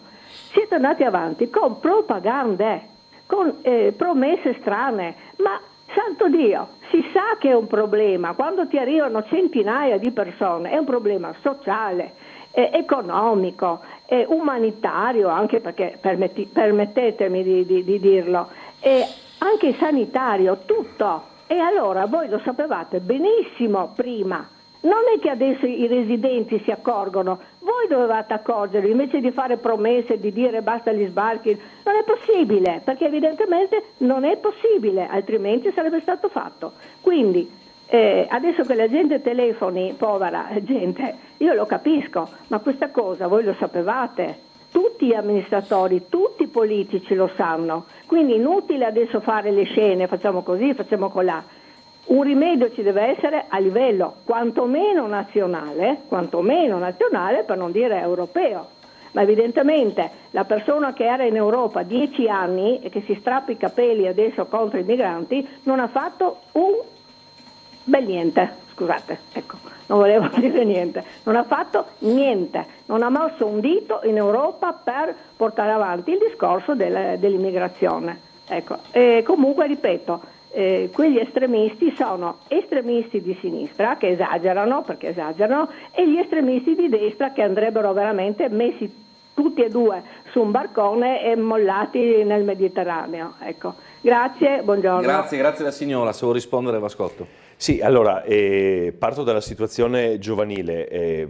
Purtroppo è vero che oramai i modelli che vengono trasmessi sono, lo dicevo una volta era fare il calciatore, fare la velina, adesso è fare l'influencer, quindi io carico anche, oppure magari aprirmi un profilo su OnlyFans, quindi carico immagini anche di dubbio gusto e mi faccio pagare, quindi soldi facili. Questo purtroppo è un modello che viene trasmesso ai giorni nostri, però io non credo che i giovani debbano andare all'estero e non abbiano prospettive, bisogna rimboccarsi le maniche, bisogna aver voglia di fare. Porto due esempi, ho dei nonni che hanno vissuto 2 guerre mondiali, ho dei genitori che hanno vissuto il dramma dell'esodo, quindi lasciata la casa e collocati inizialmente in un campo profughi. Adesso noi discutevamo del bonus psicologo per i giovani in conseguenza del Covid, ma allora, come dire, rendiamoci conto di cosa possono aver passato i nostri genitori, i nostri nonni. Noi poi alle prime difficoltà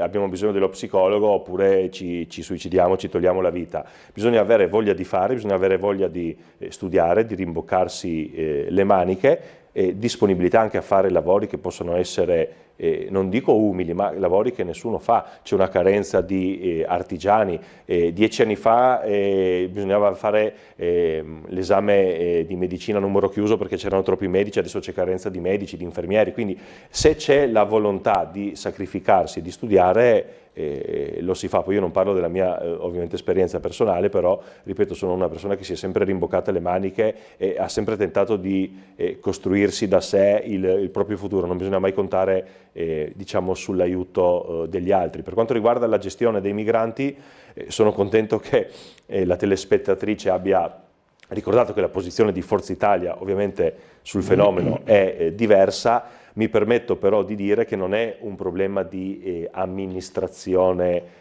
comunale, cioè nel momento in cui noi abbiamo delle persone che fanno 6.000 km a piedi o con mezzi di trasporto e arrivano qua, noi vediamo il fenomeno finale. È un fenomeno che, se si vuole non dico sconfiggere, ma regolamentare, va affrontato a livello europeo, se non a livello mondiale e a livello ONU, quindi vuol dire debellare le organizzazioni criminali e creare le condizioni per cui queste persone siano in grado di costruirsi un futuro nella loro patria, a casa loro.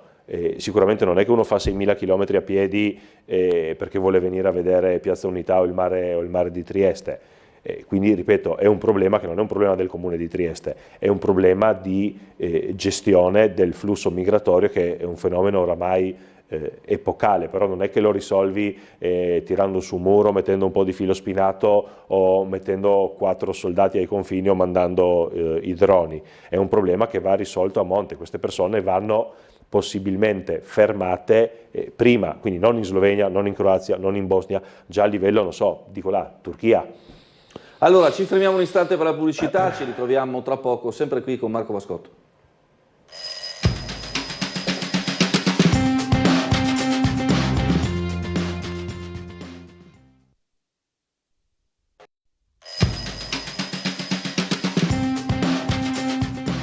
Bentrovati ancora a Sveglia Trieste con Marco Vascotto di Forza Italia. Volevo rispondere a Stefano che ci manda una mail scrivendo: purtroppo la carnevalata di alcune persone offese con le effigie del nono Corpus Titino e con la bandiera Jugoslavia e con la stella rossa si è ripetuta anche quest'anno in occasione del corteo del 1° maggio, nell'indifferenza degli altri partecipanti e dei rappresentanti politici. Enesima offesa, dice, ai martiri delle foibe. Il preciso che Tele4 non lavorava il 1° maggio, ma nel corteo del 25 aprile, dove anche lì c'era la suddetta bandiera, l'abbiamo segnalato e inserito nel nostro resoconto. Pronto, buongiorno. Sono Franco Lega da Udine Nord. Buongiorno signori, ai triestini e ai friulani. Okay. Allora, trita e ritrita questa discussione degli extracomunitari. Ma il questore che ha parlato un momento fa, il prefetto e il sindaco, se sguinzagliassero tutte le forze dell'ordine in città e anche sul confini, si potrebbe limitare quantomeno al 50-70%. Invece state lì a parlarvi addosso e niente, non succede niente. Ma è possibile che non gli potete tirare le orecchie a questo prefetto, a questo questore? I dati del 50-70% chi gliel'ha forniti? Come con I dati del 50-70% chi gliel'ha forniti? Ma basta vedere, non dite neanche mai, non dite mai neanche quanti arrivano oggi. Quanti sono arrivati oggi? La domanda è questa. Quanti extracomunitari sono arrivati oggi? Certo, ieri l'altro? Certo. Me lo dica, voi che fate... Certo, ovviamente noi siamo sul confine a tirar giù i numeri, non siamo qui in studio a lavorare. Se arriva un comunicato noi lo diciamo. È ovvio che non può fare domande di cui sa che non ho risposte. Non serve tanto stare in ufficio, serve vedere quanti arrivano. Non serve stare in ufficio, quindi viene a lavorare lei. Viene a lavorare lei da Udine Nord, 50 minuti l'aspetto.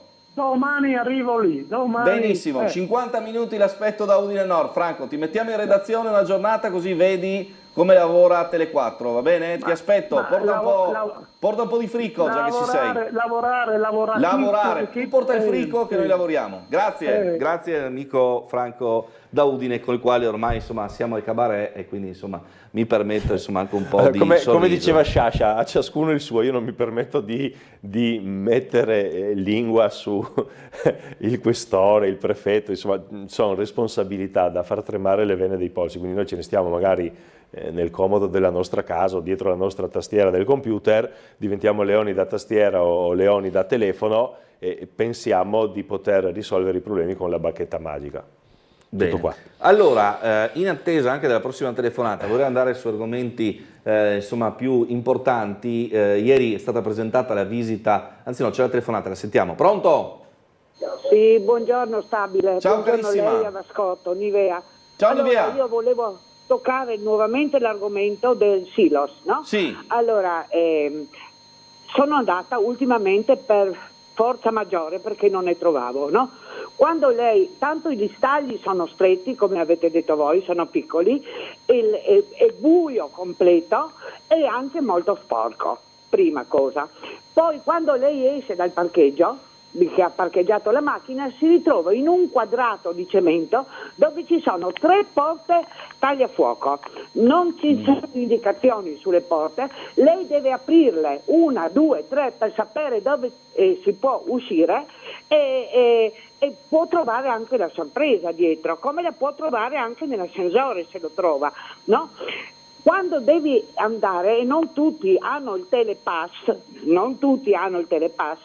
ti trovi le macchinette rotte che accettano solo carte bancomat oppure carte di credito. Io adopero il bancomat, però non ho di quelli che si appoggiano, ho ancora quelli che bisogna fare il PIN e questo non se lo può usare. A parte il fatto che per i turisti è molto difficile trovare l'entrata perché ti ritrovi in un posto veramente ulteriormente sporco e vergognoso, quelle salite sono strette, tutto è buio, allora io non capisco, facile parlare per i consiglieri comunali ed altro, hanno il parcheggio loro privato dietro il comune. Non riesco a capire. E poi, oltre che per i turisti, oltre che i parcheggi, ci vorrebbero anche i servizi igienici, l'ho detto ieri.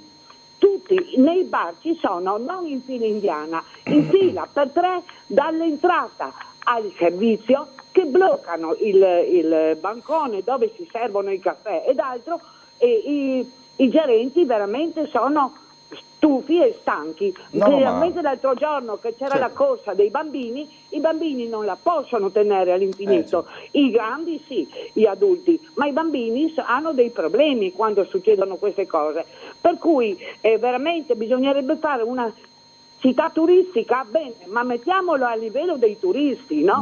Non mettiamola così, bene, arrivate e dopo si ritrovano a fare il circolo e girare in tondo in marina per cercare un parcheggio. Grazie. Grazie Nivea che ha sottolineato, sollevato tutta una serie di temi concreti, lo posso anche dire apertamente, lei diceva apri la porta o tenti di aprire la porta e ti trovi la sorpresa. È esattamente quello che è successo, lo posso dire a mio papà che accompagnava 2 persone, aveva parcheggiato al Silos e non riusciva a aprire una porta, ha spinto un po' di più e c'era una persona che dormiva dietro le famose porte tagliafuoco che chiaramente una situazione in cui ti trovi in imbarazzo, in difficoltà, puoi avere anche un attimo di paura ovviamente, esattamente quello che diceva Nivea qualche istante fa, quindi come dire sicuramente alcune migliorie si possono fare. Sui bagni pubblici invece ha perfettamente ragione, questa è un po' un'anomalia nostra italiana, perché se uno gira all'estero trova nelle città i bagni pubblici, noi ne avevamo mi pare, ma ero piccolo, sotto Piazza della Borsa c'era un bagno pubblico, parliamo di 40 anni fa quello che era, e anche lì sarebbe molto semplice, li metti a pagamento, però ripeto, avere bagni pubblici, uno va in Slovenia, va in Croazia, va in Austria, va in Germania, li trova, qui da noi purtroppo non c'è ancora questa, cioè non ritorna a questa cultura, però sicuramente è un servizio che andrebbe previsto e implementato.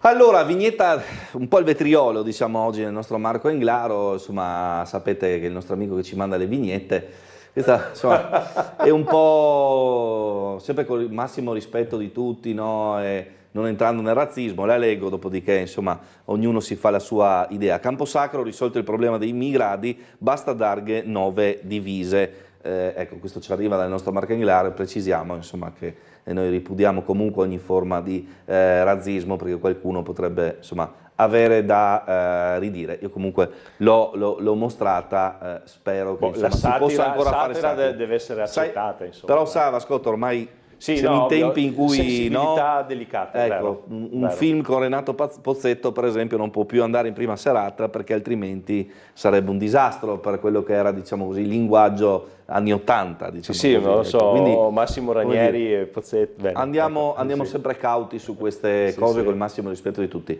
Telefonata, pronto? Pronto? Prego. Buongiorno. Carissima, prego. Ecco, buongiorno a tutti e due.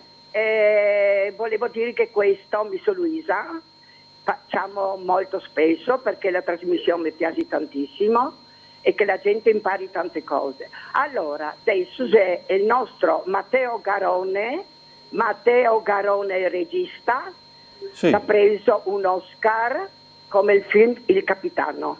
Bongo, capito, che ha fatto questo film giù. Ma perché non fa un film dei nostri esuli, della gente che scampava con il sandolino per l'Adriatico, eccetera? Perché non scrive altro che prende un Oscar?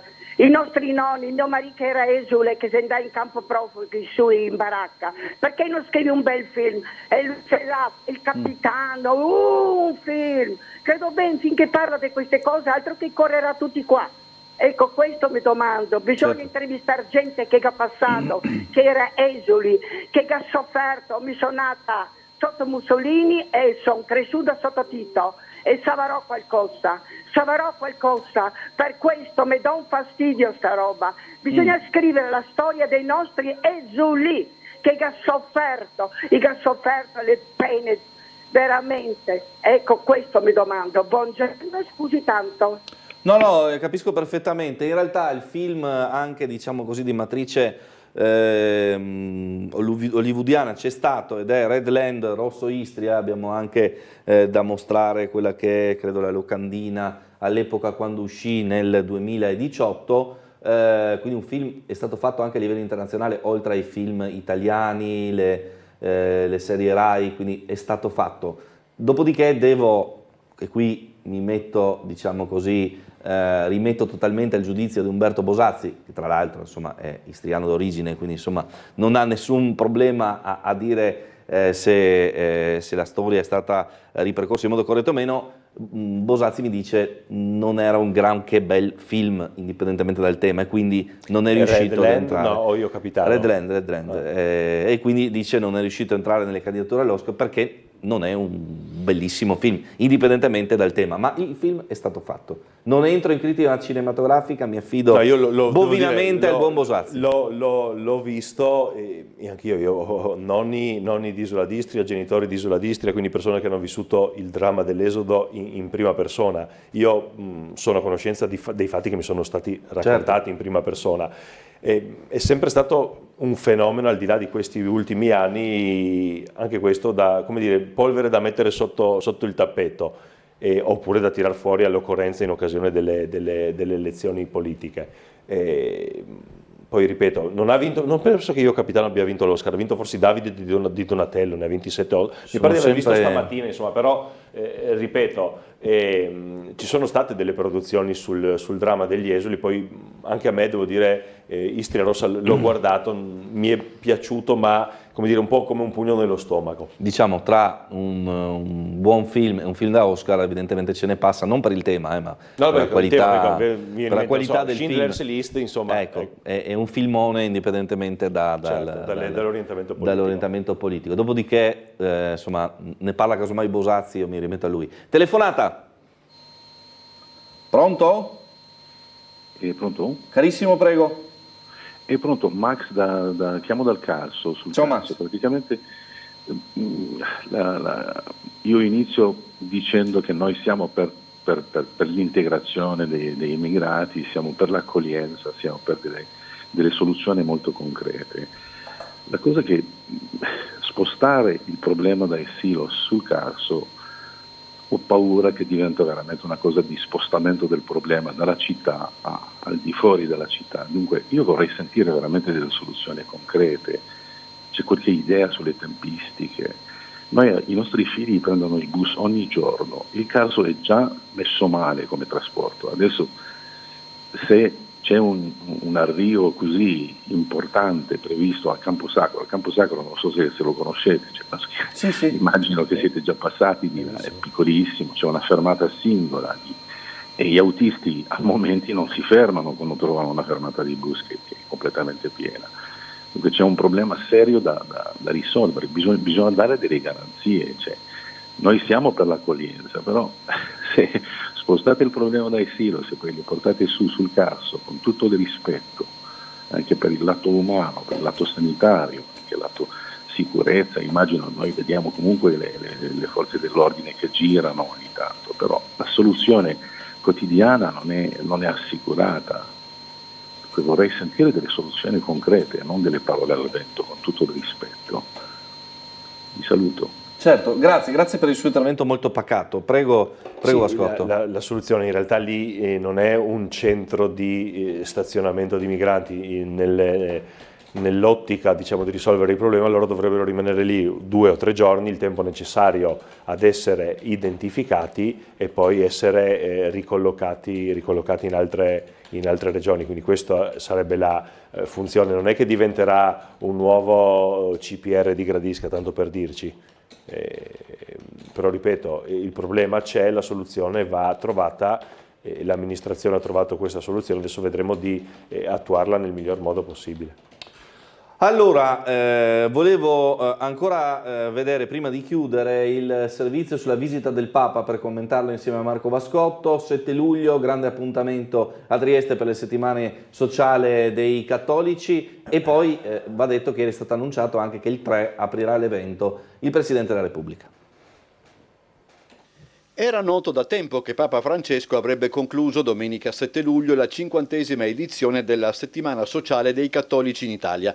Oggi è arrivata la conferma che sarà il Presidente della Repubblica Sergio Mattarella ad inaugurare mercoledì 3 luglio alle 17 in Piazza Unità l'appuntamento organizzato dalla CEI.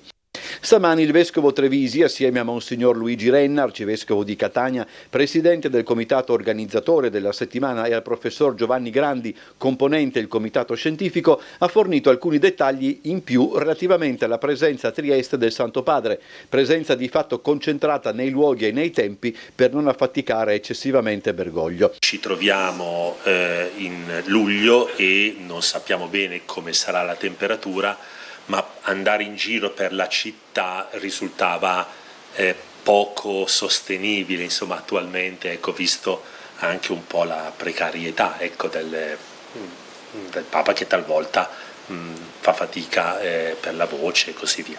Il Papa parte con l'elicottero alle 6:30 dall'aeroporto del Vaticano e atterra nei pressi del parcheggio del centro congressi. Dopo il saluto delle autorità alle 8:30 il Papa terrà un intervento che sarà il momento centrale della giornata conclusiva dell'appuntamento. Quindi un breve incontro con il mondo ecumenico ed accademico triestino, ma soprattutto con un gruppo di disabili e di migranti. Alle 10 il pontefice lascerà il centro congressi per dirigersi in Piazza Unità. Il trasferimento avverrà a bordo della papamobile o comunque in un'auto scoperta. Chi volesse salutare il Papa potrà dunque farlo lungo il tragitto che probabilmente percorrerà il viale del Porto Vecchio. La Santa Messa, concelebrata in Piazza Unità dai vescovi che saranno presenti, inizierà alle 10:30 per chiudersi attorno a mezzogiorno. Alle 12:30 il Papa, a bordo dell'elicottero, decollerà dal Molo Audace alla volta del Vaticano.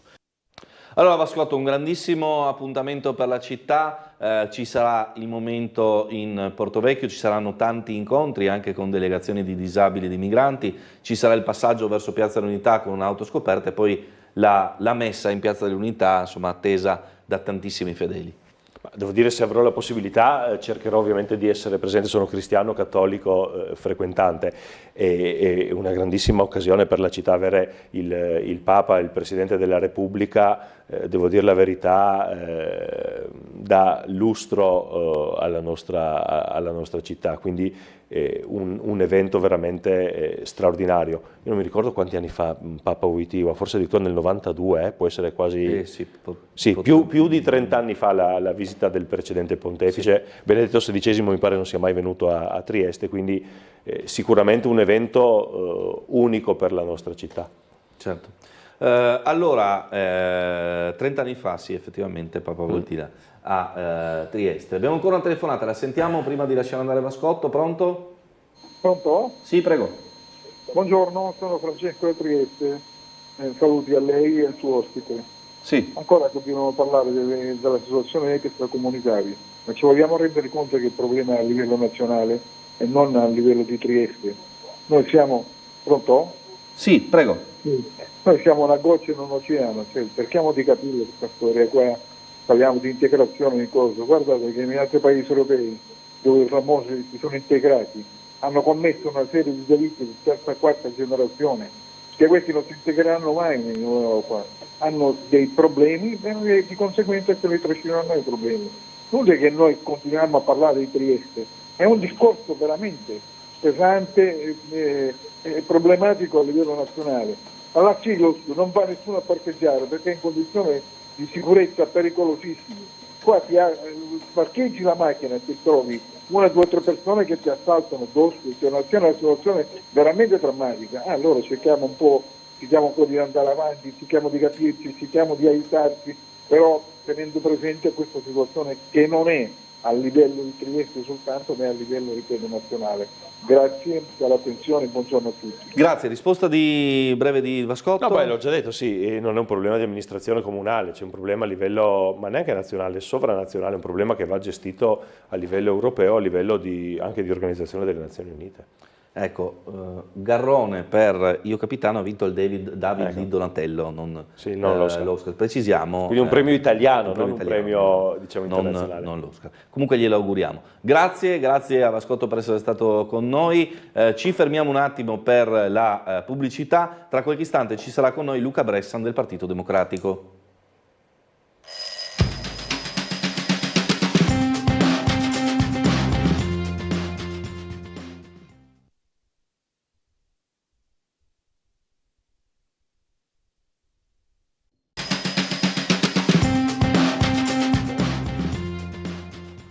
Bentrovati in studio con Luca Bressan del Partito Democratico, bentrovati innanzitutto. Buongiorno a te, buongiorno a tutti, grazie dell'invito.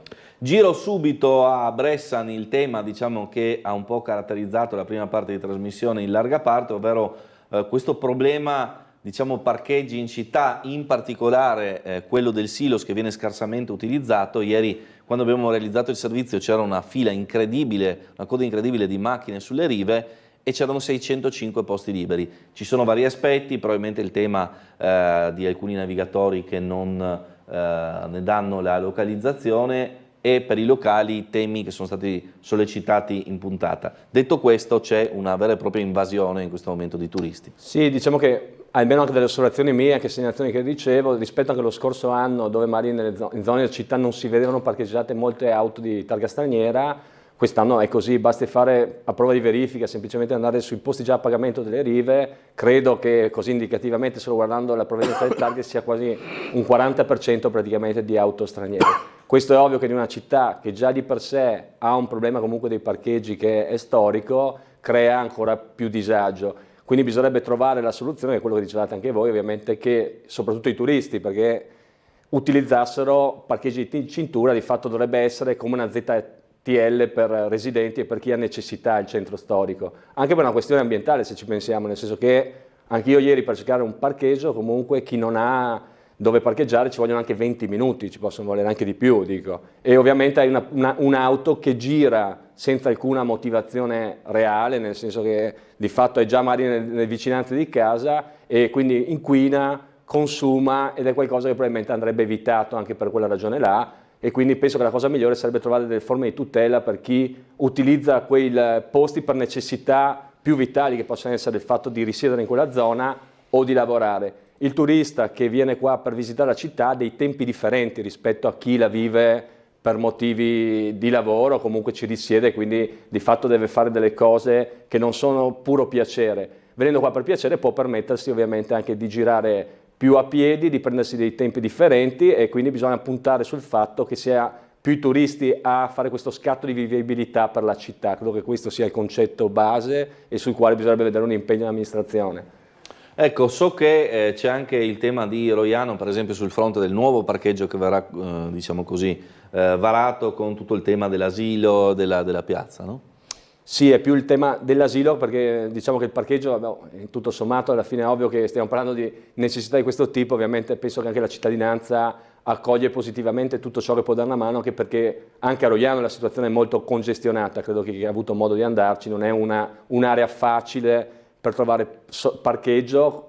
Sappiamo che tutta la città ha dei problemi, però ci sono aree più critiche, e anche Roiano è una di quelle aree critiche.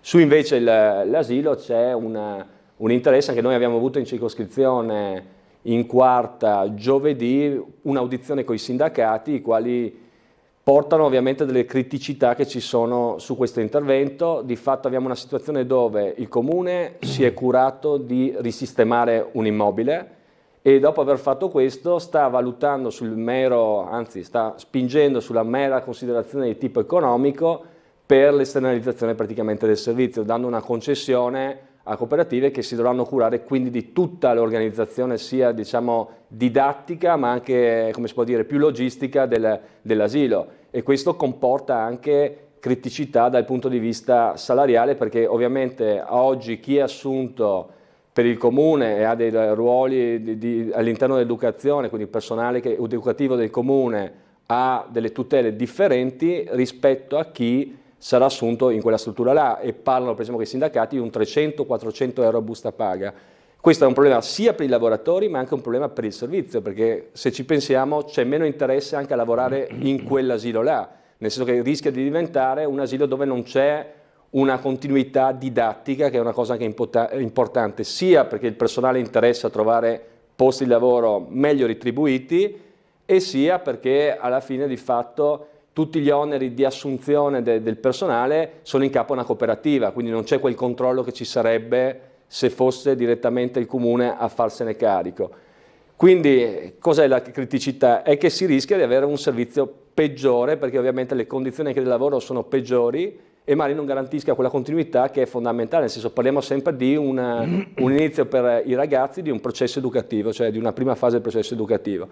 Altro discorso che rilevavano è che ci sono graduatorie che avrebbero personale precario che potrebbe essere stabilizzato in quell'asilo là, e quindi anche quello è un altro tema, e c'è personale, anche da noi aveva parlato una ragazza nello specifico in seduta, che ha anni che aspetta di essere stabilizzato, credo che dicesse 3 anni. Io ho conosciuto anch'io il precariato, ho conosciuto per un periodo più lungo in una pubblica amministrazione 7-8 anni, e capisco cosa voglia dire anche quello, di non poter fare certe considerazioni che si fanno solo anche di prospettiva di vita quando si ha ovviamente un lavoro a posto fisso, o si vede comunque una profondità maggiore di garanzie, di tutele che permettono di fare anche investimenti più a lungo termine. Telefonata, pronto, buongiorno. Buongiorno Marco, sono Alba. Ciao Alba. Un cordialissimo buongiorno a lei e tutta Tele4 per verità. Marco, un'informazione se è possibile. Mi volessi tanto sapere se sarà possibile vedere qua a Trieste dove Mauro Maur è il trombettista triestino. Bisogna guardare un attimo gli appuntamenti. Tempo non so niente di lui, né come contattare niente. Bisogna cercare i concerti del maestro. Io non so come, perché vivendo là, qua che sono su e giù, non dovrei come informarmi, sarà forse chissà, possibile prima o dopo. Vedo dalla sua pagina che ha appena fatto un concerto a Roma. Non ho idea. Vedo dalla sua pagina che ha appena fatto un concerto a Roma, c'è un sito, mauromauro.com, dell'importante trombettista Triestino, mamma mia, il mondiale, triestino. Io sono stato anche a casa sua dopo la scomparsa di Ennio Morricone, quando gli volle dedicare diciamo così alcune note. Magari daremo gli appuntamenti nel TG, Alba, perché adesso non riesco fisicamente. Novembre, dicembre, che non ho parlato con lui al telefono, non so più niente di lui. Ecco, domandavo se sarà. Va bene, vi seguo sempre, siete tanto bravi. Ok, buongiorno, buona settimana. Grazie Alba. Allora, dunque, volevo, su Mauro credo che insomma c'era un problema sulla ciclabile, mi diceva prima di entrare, di un gazebo. No, diciamo che la ciclabile per sé sulle rive è problematica, nel senso che non è garantita una grande continuità, vediamo che quando arriva una nave di crociera e quant'altro. È una ciclabile molto promiscua, nel senso che può avere un utilizzo, secondo me, più dal punto di vista, lo chiamo didattico, nel senso un'area protetta che permette magari anche a bambini più piccoli di poter pedalare in sicurezza. Per quanto bisogna dire che anche in prossimità dell'attraversamento di zona Ponte Rosso di fatto viene invasa comunque dai pedoni, nel senso che c'è una promiscuità molto molto alta, ovviamente l'area è trafficata anche per motivi turistici.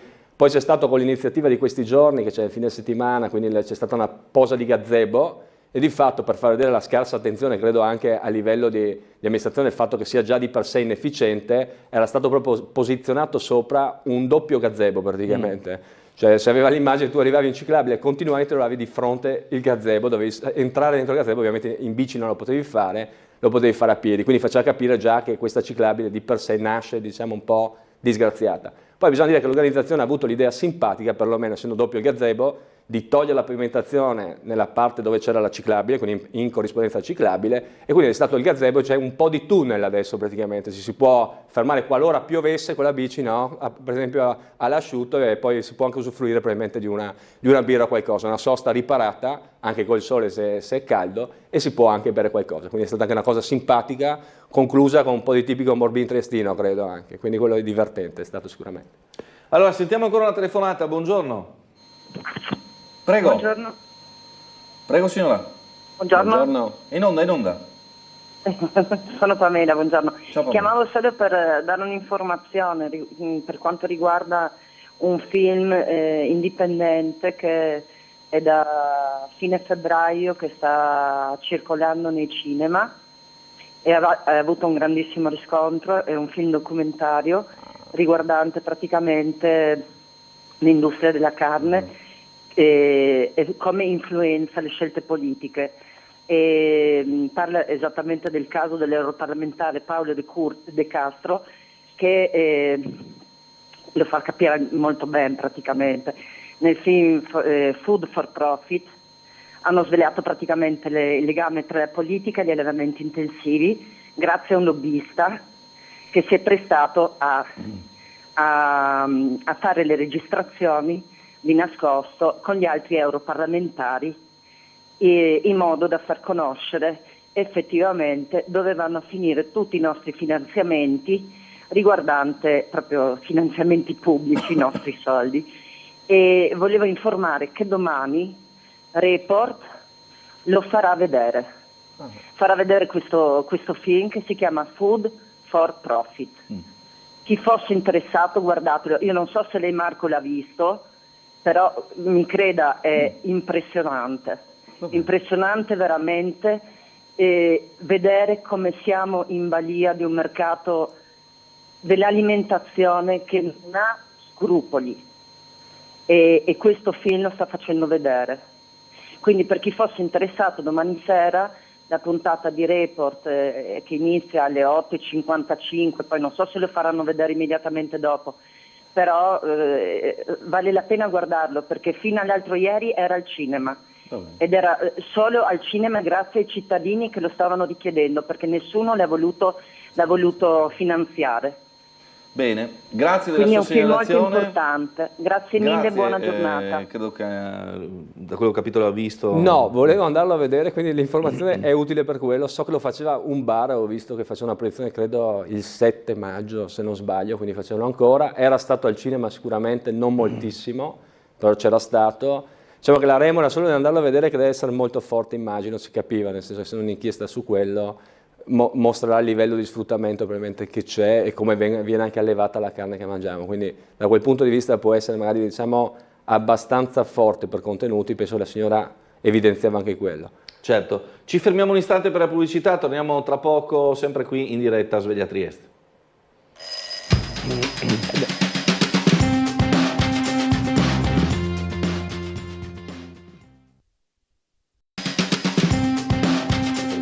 Bentrovati ancora in onda a Sveglia Trieste, Luca Bressan del Partito Democratico con noi questa mattina. Volevo affrontare anche la questione sicurezza perché si ripetono fenomeni di risse e violenze, il caso più emblematico forse quello della signora che è stata colpita alla testa da un pugno da un soggetto afghano con problemi psichici, il tema dell'impossibilità di arrestarlo per questo ma anche perché sottoposto a regime di protezione internazionale, quindi non può essere neanche recluso in un CPR, insomma abbiamo tante mail anche su questo argomento. Volevo far vedere anche al nostro ospite, per allargare un attimo il campo, come le stesse cose uguali stiano accadendo anche a Gorizia. Infatti ieri abbiamo sentito proprio su questo il sindaco di Gorizia, Rodolfo Ziberna, che parla della necessità di integrare i giovani in prospettiva futura. Allora andiamo a vedere il servizio. L'ennesima rissa fra giovani stranieri, stavolta in Corso Italia a Gorizia. L'alterco inizia a parole e poi passa alle vie di fatto, tra uno schiaffo e un calcione, però compare un coltello e un 18enne finisce all'ospedale per le conseguenze dei fendenti. La prognosi non è grave, le forze dell'ordine indagano sui fatti per accertare la posizione di tutti i soggetti coinvolti, ma ciò che preoccupa di più, stando al sindaco di Gorizia Rodolfo Ziberna, è la ripetitività del fenomeno su tutto il territorio regionale. Ma quello che preoccupa preoccupa di più, non tanto come certamente c'è sempre stato, poi con un'affluenza anche maggiore di persone che sono meno radicate al territorio, meno controllate in questo senso, è più facile che ciò accada. Quello che preoccupa di più è appunto il coinvolgimento del segmento giovane della popolazione. È un segmento che si riferisce alla migrazione, che in questo momento è una migrazione che ovviamente non consente, non assicura ai soggetti migranti quelle condizioni che vanno dalla scolarità perciò anche all'acquisizione di formazione, di competenze. Dunque, oltre alla repressione e alla punizione dei responsabili dei fatti violenti, quali sono le reali strade per prevenirli? Ma la prevenzione dobbiamo cercare di farla cercando di integrare il giovane. Come? Con le buone pratiche, il buon esempio, attraverso associazioni culturali, potrà sembrare banale, con lo sport, fare in modo perciò che questi giovani vengano sottratti dalle baby gang, sottratti da quell'ambiente che isola e attraverso il quale viene isolato. Fare in modo che perciò a questi si possano offrire opportunità di vivere il mondo che lo circonda in modo diverso e con occhi diversi dagli attuali. Queste le parole del sindaco di Gorizia, Rodolfo Ziberna, che insomma devo dire fa un discorso molto di prospettiva legato a un fenomeno che sa benissimo non si placherà domani, anzi.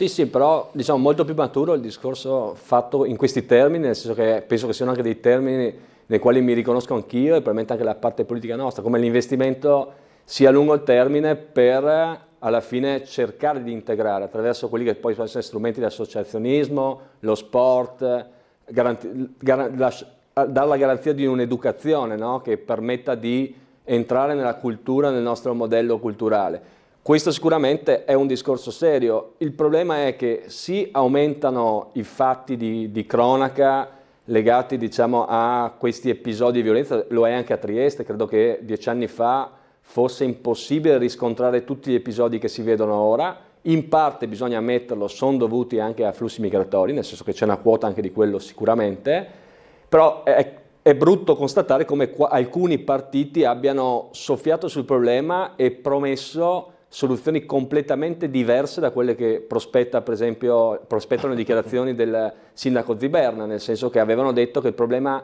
poteva essere tolto evitando i flussi migratori, cosa che poi non si è verificata, nel senso che addirittura nel primo anno, per esempio, del governo Meloni, si vedeva nei primi mesi quanto fosse molto maggiore l'arrivo praticamente di immigrati. Questo è ovvio che c'è qualcuno che soffia sul problema, non dà... Scusate, è successo in diretta, tra l'altro per fare gli auguri di buon compleanno a Luca Bressan, forse era per quello, credo. Sta ricevendo una raffica di messaggi proprio per gli auguri. Quindi mi scusate un attimo, ero convinto di averlo abbassato, nel senso che la vibrazione non sarebbe stato un problema, è partita la suoneria. Comunque stavamo dicendo che c'è chi ha soffiato sul problema ed è quello che è brutto, perché dopo di che ha dato la falsa illusione alle persone che si potesse essere una soluzione facile, la soluzione non arriva e c'è un aumento anche della tensione, ovviamente, perché la gente giustamente chiede maggiore sicurezza e come gli era stato prospettato che ci sarebbe stata, la vuole, nel senso è normale che si è creato questa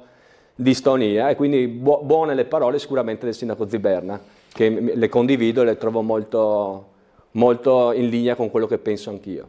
Allora, Graziella le fa gli auguri e poi dice: voglio fare i complimenti alle ragazze under 14 allenate da Greta Garbino con il vice Ennio Pandolfi, seppur sconfitte di misura da Udine, che hanno onorato la maglia dell'Interclub Muggia. Non so quale collegamento ci sia, ma insomma intanto leggo... Già a me la parola comunque Inter piace, nel senso che per altri motivi, ovvio che quando si fa riferimento a una società di Muggia, però diciamo che la parola Inter comunque non mi dispiace lo stesso. Allora, altre mail che, come dire, parlano della questione migranti. Allora io direi, andiamo a rivedere per favore dalla regia il servizio relativo alla petizione dei residenti di Camposacro che dicono no allo spostamento dei migranti del Silos in quel sito, tenendo sempre presente, siamo i primi di maggio, arriva l'estate e quindi, come dire, la situazione anche a rivi della rotta balcanica sostanzialmente non è neanche iniziata, quindi se anche ora sono una settantina quelli che si ricoverano la notte del Silos, tra poco è presumibile che la situazione sarà molto più complessa.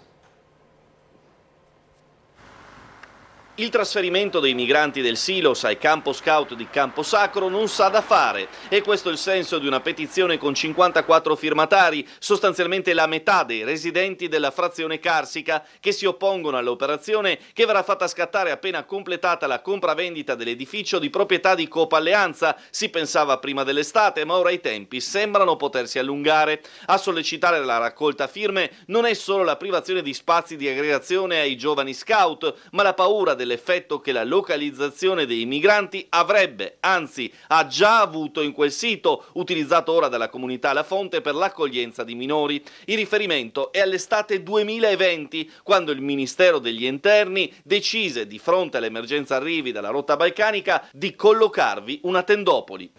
Una decina di tende da campo del Ministero degli Interni già montate e altre 4, se necessarie, pronte per il montaggio. I 120 abitanti di Camposacro ricordano bene quel periodo. La scelta di sistemarvi i migranti fa prevedere una situazione di sicuro sovraffollamento, si spiega nella nota, che si ritiene non controllabile numericamente sia per la sua ubicazione che per il suo libero accesso 24 ore su 24. Si va a sconvolgere sensibilmente la vita degli abitanti. Il riferimento è appunto a 4 anni fa, quando i richiedenti asilo erano in numero ben superiore rispetto alla capienza della struttura e quasi il triplo dei residenti di Camposacro. Si ricordano intasamenti degli autobus, ritardi per gli accessi a scuola, lavoro, visite mediche, immondizie, cibo sparso fuori dai bottini con proliferazione di ratti, bisogni corporali, molestie, schiamazzi sia di giorno che di notte.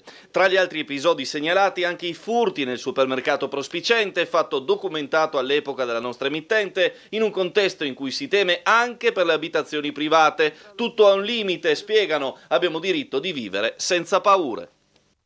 Allora, questa è la situazione di Camposacro. Come detto prima anche nel precedente blocco, il problema è che a soluzione c'è immediatamente però una reazione di chi si trova il centro migranti o che dir si voglia, diciamo, sotto casa. Ricordo ancora epoca Cosolini, quando si decise per Valmaura, stessa cosa. Quindi, come dire, è un po' un problema che nessuno vuole sotto casa, diciamo così.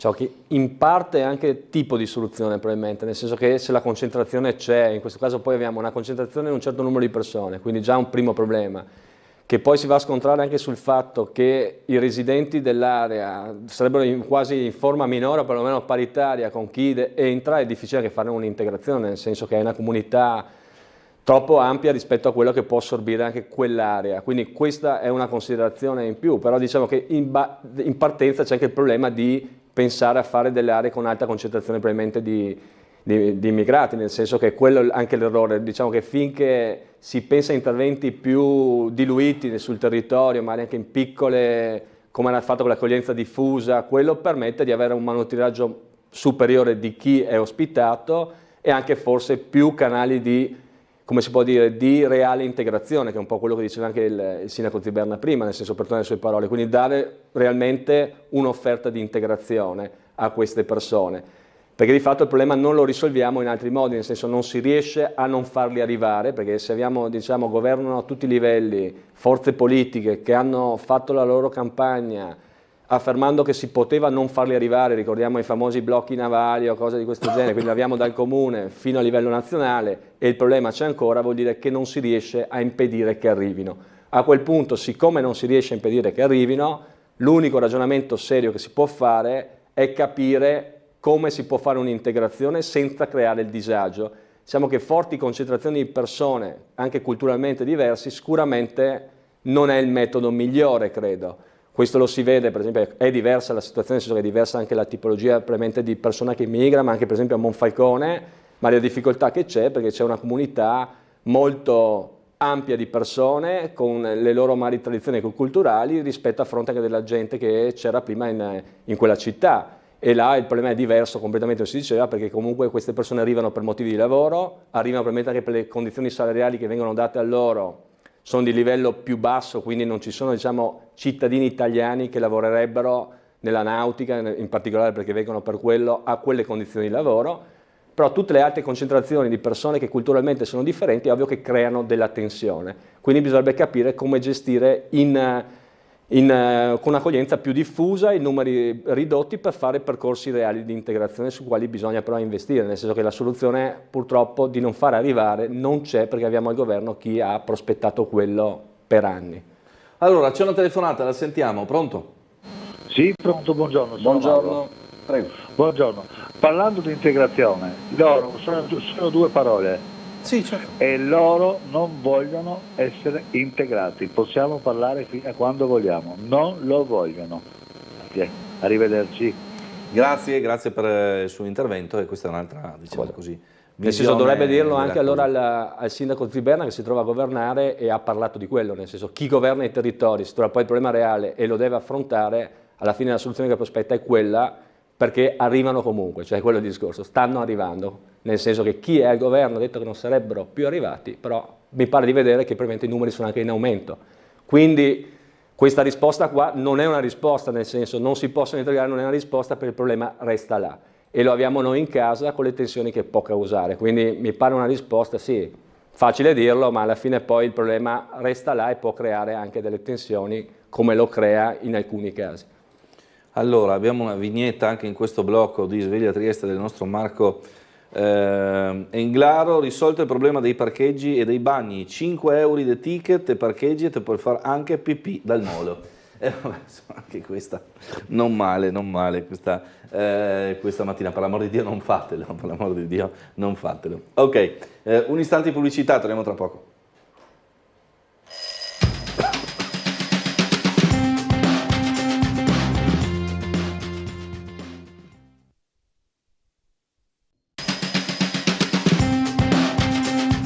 Eccoci qua ancora in diretta, Sveglia Trieste, con noi Luca Bressan del PD. Abbiamo parlato nel corso di questa puntata parecchio di turismo, dei suoi riflessi dal punto di vista viabilistico, dei parcheggi. C'è un altro tema però, anche quello, diciamo così, dei ricavi e dei ritorni per quanto riguarda chi lavora nel settore turistico a Trieste. Sì, sicuramente c'è anche questo tema, credo che abbia riservato anche molto spazio il quotidiano locale, ne sono stati più, diciamo, articoli che dimostrano come poi il settore del turismo abbia di per sé delle paghe e delle tutele inferiori ad altri settori. Poi anche è legato alla stagionalità in molti casi, nel senso che ci sono poi prettamente più stagionale, magari Trieste in verità permette di avere una stagione turistica più lunga, nel senso che non è legata come magari in località balneari alla piena stagionalità, però ci sono queste criticità che fanno sì, che fanno pensare anche che, diciamo, quando c'è un vanto, che è giusto ci sia, però deve essere nelle giuste proporzioni, perché troppo turismo non è detto che sia un bene, se va a discapito anche di altri tipi di attività che garantiscono magari maggiori anche tutele ai lavoratori. Oltre poi che abbiamo visto anche a creare una serie di disagi di cui avevamo parlato prima. Uno sicuramente è quello dei parcheggi, come era emerso dal servizio che abbiamo visto prima, proprio fatto da Tele4 in questi giorni, e poi c'è anche il tema probabilmente di quanto viene vissuta la città, nel senso vengono ipervissute alcune parti della città, in particolare quelle che competono anche per la nostra circoscrizione, quelle più del centro storico, nel senso in volumi molto superiori, e questo crea ovviamente costi anche maggiori di gestione del bene pubblico, nel senso che più costi di pulizia, e creano anche vari disagi che sono legati a una presenza molto forte di persone, in numero molto superiore rispetto a prima, che possono essere anche legati, non so, a schiamazzi, ma in orari dove prima magari c'era più quieto, cose di questo tipo. Quindi ci sono una serie di cose collaterali. Mi sembra che l'amministrazione tenda sempre, diciamo, a vedere la parte positiva e ci sia questo vanto forse anche eccessivo. E pensiamo anche, per esempio, anche al discorso delle crociere, positivissimo sicuramente, però oggi abbiamo anche un discorso legato all'inquinamento, per esempio, perché oggi per far funzionare quello che c'è all'interno della crociera resta a motori accesi, perché non c'è ancora stata l'elettrificazione delle banchine. Su cui si sta lavorando. Sì, sulle quali in effetti è vero che c'è comunque una progettualità, però oggi ancora, diciamo, che anche là spingere moltissimo sui nuovi arrivi lo si fa a fronte di un contesto non pronto. Allora dico anche questo, cioè questo esempio serviva a dire che è giusto spingere su alcune cose anche quando il contesto è pronto, nel senso che deve esserci un contesto capace di reggere anche un certo flusso di turisti. Va governato dal punto di vista della politica e non vedo un gran governo, diciamo, del turismo. È qualcosa che in maniera spontanea e naturale si sta sviluppando e senza che ci sia una regia da parte, secondo me, del pubblico, molto ridotta perlomeno. Allora, prossima telefonata, buongiorno. Sì, buongiorno Nino, buongiorno a voi. Ho sentito parlare l'esponente del Partito Democratico, credo che sia del Partito Democratico, sì. E mi trovo un po' così, voglio dire, allora parliamo di integrazione, la colpa dell'integrazione non siamo noi, è quello che ci vogliono imponere l'integrazione. Mi parla che c'è un governo che aveva detto blocco alle di extracomunitari. Cosa aveva detto? Si è visto che poi le cose sono aumentate, ma non sono aumentate per colpa del governo, sono aumentate per colpa di quelli che li aiutano a venire qui in Italia. Poi un'altra cosa, noi vogliamo l'integrazione, giusto? Bene, perché? Che è italiano, poi dice io non mi sento italiano, allora che cosa viene a fare in Italia e a chiedere la cittadinanza italiana? Questo me lo domando. Poi lei ha visto che anche chi è della vostra non li vuole, ma non per cattiveria, proprio perché non è possibile che si integrino con noi. Parliamo tanto del Silos, ne ho viste di tutti i colori al Silos, è una vergogna. Non sono capaci neanche di portarsi via un sacchetto delle immondizie. Vivono a Trieste si dice in un'altra maniera, meglio che non dica, però vivono lì. Ma cosa parliamo? Adesso, prima che ce ne ha detto, parliamo via degli extracomunitari, del turismo, le navi da crociera. Allora, perché le navi da crociera sono nella stazione marittima, inquinano, e tutte le navi che vanno dal molo quinto fino a giù al molo settimo, quelle non inquinano, quello è giusto perché quello è anche una zona extra cittadina, ma dai, cerchiamo di essere un po' coerenti con le cose, giusto? Io capisco che voi siete sempre contro gli altri, ma qualche volta se voi non andaste contro gli altri e vi metteste a dare una mano, forse qualcosa cambierebbe meglio. Bene, grazie Nino. Prego Bressan per la risposta. Guardi, non sto neanche molto a rispondere a questa chiamata, nel senso che ha frainteso. Io ho riportato le parole del sindaco Ziberna, che parla di integrazione da amministratore. Il sindaco di Ziberna è alla fine sindaco, mi sembra, di Forza Italia, sì, e parla da Gorizia di quella situazione là. Quindi alla fine ho detto solo quello. Il volerlo sempre mettere in ottica politica, nel senso di appartenenze politiche, è una sensibilità che io ho detto mi trovo con la sensibilità del sindaco Ziberna, perché chi ha promesso altre soluzioni, cioè che si riusciva a bloccare i flussi, non è in grado. Quindi alla fine il problema c'è. Questa è la realtà dei fatti, e lo dice un amministratore che è sindaco di una città che vede cambiare una situazione e quindi dice che bisogna cercare di capire un ragionamento a lungo termine come si può fare. Tutto qua, non c'è una questione politica, poi a qualcuno piace metterla in politica e poi non scordarsi le promesse elettorali che magari altri gli hanno fatto, che non vengono comunque, sono disapplicate, e dar la colpa sempre a fattori esterni, perché probabilmente c'è questa forte ideologia, questa forte tifoseria, si vedono le cose da tifoso e quindi non può aver sbagliato chi gli ha promesso qualcosa che non riesce a portare a termine, ma sicuramente sarà dovuto ad altri fattori terzi. Però le faccio presente, come dicevo prima, sindaco di Ziberna, Forza Italia, nel senso quindi centrodestra, quindi non è sicuramente il punto di vista di un partito specifico, è il punto di vista di chi si trova ad avere un problema e affrontarlo dal punto di vista amministrativo e cerca una soluzione a quel problema, che non può essere negarlo. Sempre su questo tema scrive Patrizia: a Monfalcone vengono a lavorare dall'Asia per uno stipendio inferiore che gli italiani non accettano, in cambio di uno stipendio basso. Si portano via quasi tutto il welfare di Monfalcone grazie al ricongiungimento familiare e avendo famiglie numerose e mogli che non devono lavorare hanno più diritti dei residenti, dove le mogli lavorano per aiutare il bilancio delle famiglie e i figli si fanno per quanti si possono mantenere e istruire, dice Patrizia. Un'altra, sì, ci sono problemi sicuramente di questo tipo. Di una realtà. Poi quello che si diceva anche prima, nel senso che quando ci sono grandi comunità, nel senso che vanno a incidere così pesantemente in un contesto, nel senso anche dal punto di vista numerico, è ovvio che alla fine, ma anche là non è governato il problema, nel senso che c'è una questione di attrattività cioè di una ricerca di un certo tipo di lavoro che alla fine ha chiamato quelle persone. Questo lo dice la stessa persona che ha scritto, ahimè. E quindi là ci deve essere un governo per capire, diciamo che dal punto di vista della politica, come si può arginare questa situazione. Nel senso che poi comporta i problemi che diceva anche la telespettatrice, comporta problemi anche sicuramente di convivenza anche dal punto di vista di quelli che possono essere gli incentivi che una famiglia può chiedere, ma vanno in base ai redditi, nel caso specifico, quello che magari può essere l'ISEE, e quindi si trova a avvantaggiare, diciamo, una tipologia di persone rispetto a un'altra. C'è una mail invece sul fronte esattamente opposto. Andrea dice: sono un operatore in una comunità di minori stranieri non accompagnati, mi spiace ma quello che dice il sindaco Ziberna non corrisponde al vero. La comunità in cui opero viene offerta ai ragazzi la possibilità di scolarizzazione e di integrazione attraverso sport e iniziative di volontariato e culturali.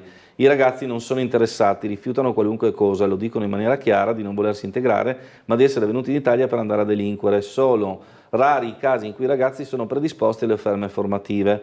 Riguardo a Camposacro, dice ancora Andrea, che lavora in una comunità per minori stranieri non accompagnati, dice: attaccato al campo scout c'è una comunità per minori stranieri che, messi a contatto con i loro compaesani, andranno sicuramente a delinquere, come fanno quando scendono in centro e sono in balia degli adulti che li portano allo spaccio. Tra l'altro ci contatta col suo numero di telefono.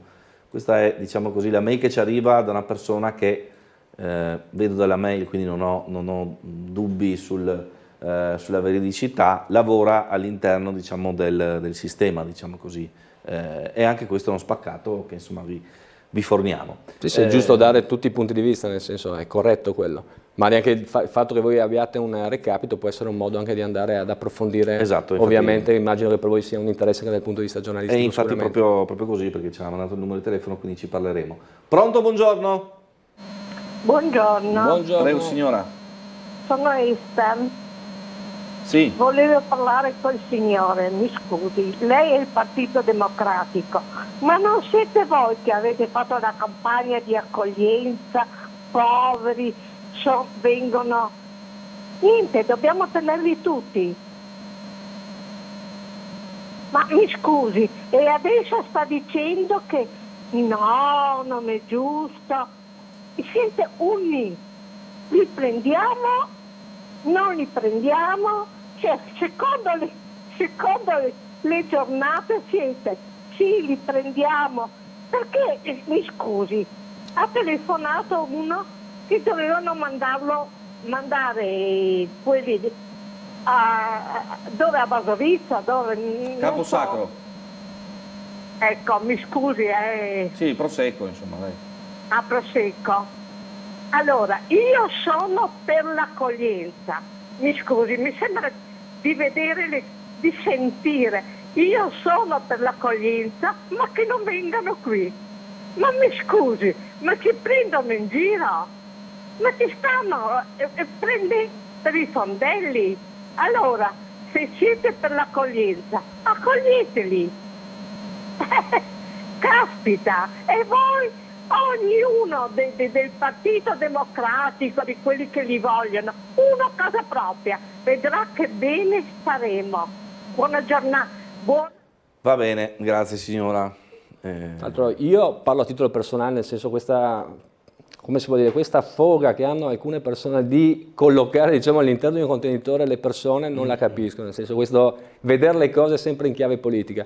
Io parlo a titolo personale, nel senso che parlo per quello che vedo. Poi posso sbagliare, nel senso una cosa che dico può piacere, non può piacere, ma di certo non mi piace avere etichette, nel senso addosso, perché ho sempre vissuto in maniera molto libera, sia nel mio lavoro, nella mia vita di tutti i giorni mi considero una persona molto libera, quindi quello che lo dico perché lo penso io, quindi non mi piace, diciamo, questo etichettare le cose. Semplicemente si faceva riferimento come il problema c'è e qualcuno aveva prospettato soluzioni semplici, nel senso che è possibile bloccare questo problema. Vorrei vedere come da quel punto di vista, nel senso che le parole sull'accoglienza, abbiamo commentato oggi parole del sindaco Ziberna di Forza Italia a Gorizia, il quale dice che bisogna avere delle politiche di accoglienza da sindaco. Quindi si mettano d'accordo anche alla fine nel centrodestra a questo punto, nel senso che è inutile tirare fuori la critica nei confronti di chi non sta governando in questo momento, non governa a livello cittadino a Trieste, non governa a livello regionale e non governa a livello nazionale. perché dopo anni che si è sentito che il problema è risolvibile, sarebbe giusto che chi governa a tutti i livelli dimostrasse com'è risolvibile il problema. Questo è il discorso che faccio io, ma lo faccio da cittadino, perché giustamente le elezioni si vincono prospettando delle soluzioni, e quando uno governa è bello vedere che quello che diceva in campagna elettorale, almeno quali siano i fatti da quel punto di vista, tutto qua. Nel senso che ricordavamo che prima gli arrivi, per esempio, che è sempre stata una cosa molto contestata, diciamo, nei governi precedenti, di quanto erano i flussi migratori, erano molto inferiori rispetto ai primi mesi, a quello che c'è anche adesso, con questo governo, che è sempre stato un governo che prometteva la possibilità di bloccare i flussi migratori. Anche adesso, per tornare in un tema, per esempio, dell'attualità, e parliamo del presidio dei confini, c'erano pochi giorni fa anche articoli che riguardano proprio questa sospensione di Schengen, che dimostrano come la sospensione di Schengen c'è nei valichi, quelli maggiori, nel senso che c'è una grande attenzione sui valichi maggiori, e i valichi minori alla fine non sono presidiati.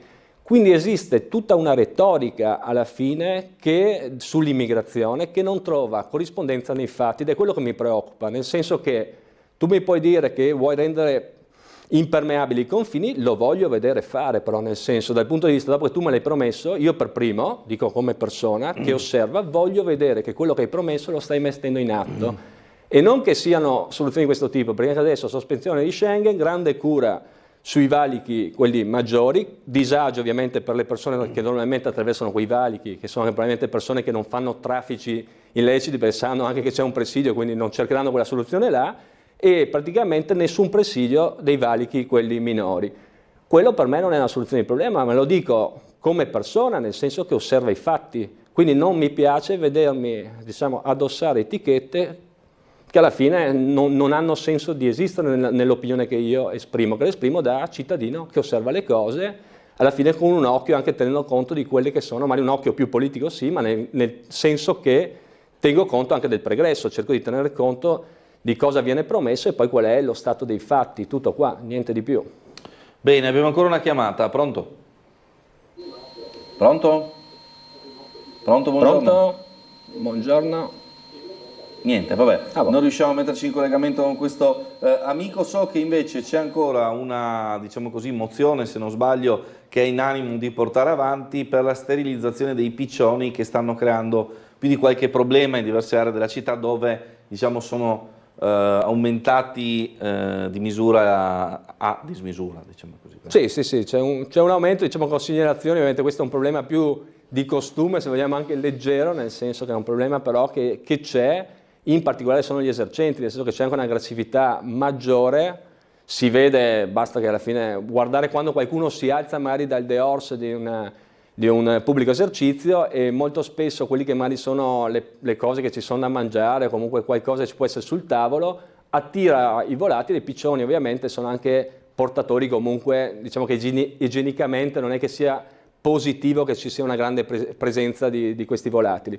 Ho visto che anche a Muggia c'è questa attenzione da parte di un sindaco per dire come si guardano le cose al di là delle appartenenze, nel senso che il sindaco di Muggia mi risulta essere della Lega, adesso non so se è più Lega Nord o solo Lega, credo Lega, no? Solo nazionale adesso in questo momento, nel senso per scelta anche del segretario, e di fatto ovviamente è una cosa che secondo me anche per Trieste potrebbe essere d'aiuto, nel senso che tutti i rimedi che finora sono esperiti, nel senso da parte anche degli esercenti, non è che alla fine riescono ad avere un risultato. Qua si tratterebbe di mangimi, a quanto si apprende anche da stampa o facendo anche ricerche comunque online, che porterebbero a una sterilizzazione temporanea alla fine degli animali, quindi tiene in qualche modo sotto controllo il loro numero, no? Nel senso per evitare disagi, perché altre amministrazioni magari sono intervenute con regolamenti dove si consiglia di non darla a mangiare o cose di questo genere, ma sono cose ovviamente molto simboliche che probabilmente non portano a risultati concreti, quindi si trattava di una cosa piccola che incide nella continuità e voler dare quindi un risultato concreto. Dovremmo avere, no, si sono esaurite anche le chiamate, allora io ringrazio il nostro Luca Bressan del Partito Democratico per essere stato con noi e chiudo questa porzione di trasmissione andando a vedere quello che è il servizio sul torneo internazionale di calcio di San Luigi, così gli appassionati di calcio giovanile magari si appuntano gli appuntamenti sul campo di Via Felluga, sono tante squadre in arrivo dall'Austria, dalla Slovenia, insomma ragazzi interessanti da vedere per chi ama il calcio. Grazie ancora a Luca Bressan, vi lascio il servizio. Grazie a voi e grazie a tutti quelli che ci hanno seguito, grazie ancora. Il torneo Città di San Giusto organizzato dalla società San Luigi si conferma appuntamento di un certo livello quando si parla di calcio giovanile nel territorio giuliano e non solo. Inter, Juventus, Venezia, Udinese, Sturm Graz, Rijeka e Zelie, più i padroni di casa, daranno vita sabato 4 e domenica 5 maggio a un evento dedicato alla categoria giovanissimi che si preannuncia molto interessante. I professionisti giocano con l'annata 2011, mentre noi il 2010. Questo sono gli anni di massimo apprendimento per un calciatore, per un giovane calciatore. E in questo torneo ogni anno si vedono delle realtà, dei giocatori importantissimi. È una vetrina dove che io invito un po' tutti quelli che sono amanti del calcio e che sono nel calcio, nei vari allenatori, a vedere, a seguire e a capire cosa stanno facendo queste società. Giunta alla 31esima edizione, il torneo di San Giusto, già Memorial Cocciani, vede proprio il San Luigi come campione in carica, avendo trionfato l'anno scorso contro l'Udinese. Il presidente Peruzzo guarda al settore giovanile, individuando tra i piccoli biancoverdi qualche giovane atleta di prospettiva. Stiamo lavorando per rientrare nell'ambito Juve, siamo abbastanza vicini. Quindi questo sarebbe per noi un grosso motivo di orgoglio e di rivalsa, no? Oltre a questo abbiamo dei ragazzi interessanti che sono seguiti dall'Inter in modo particolare, ma anche dalla Juve e dalla Fiorentina, quindi diciamo che è molto molto bene, oltre al fatto che domani andremo a fare la finale Juniores a Risano per il titolo regionale, che l'abbiamo già vinto l'anno scorso, e poi facciamo le fasi finali allievi e le fasi finali giovanissimi regionali, quindi direi che come settore siamo all'avanguardia.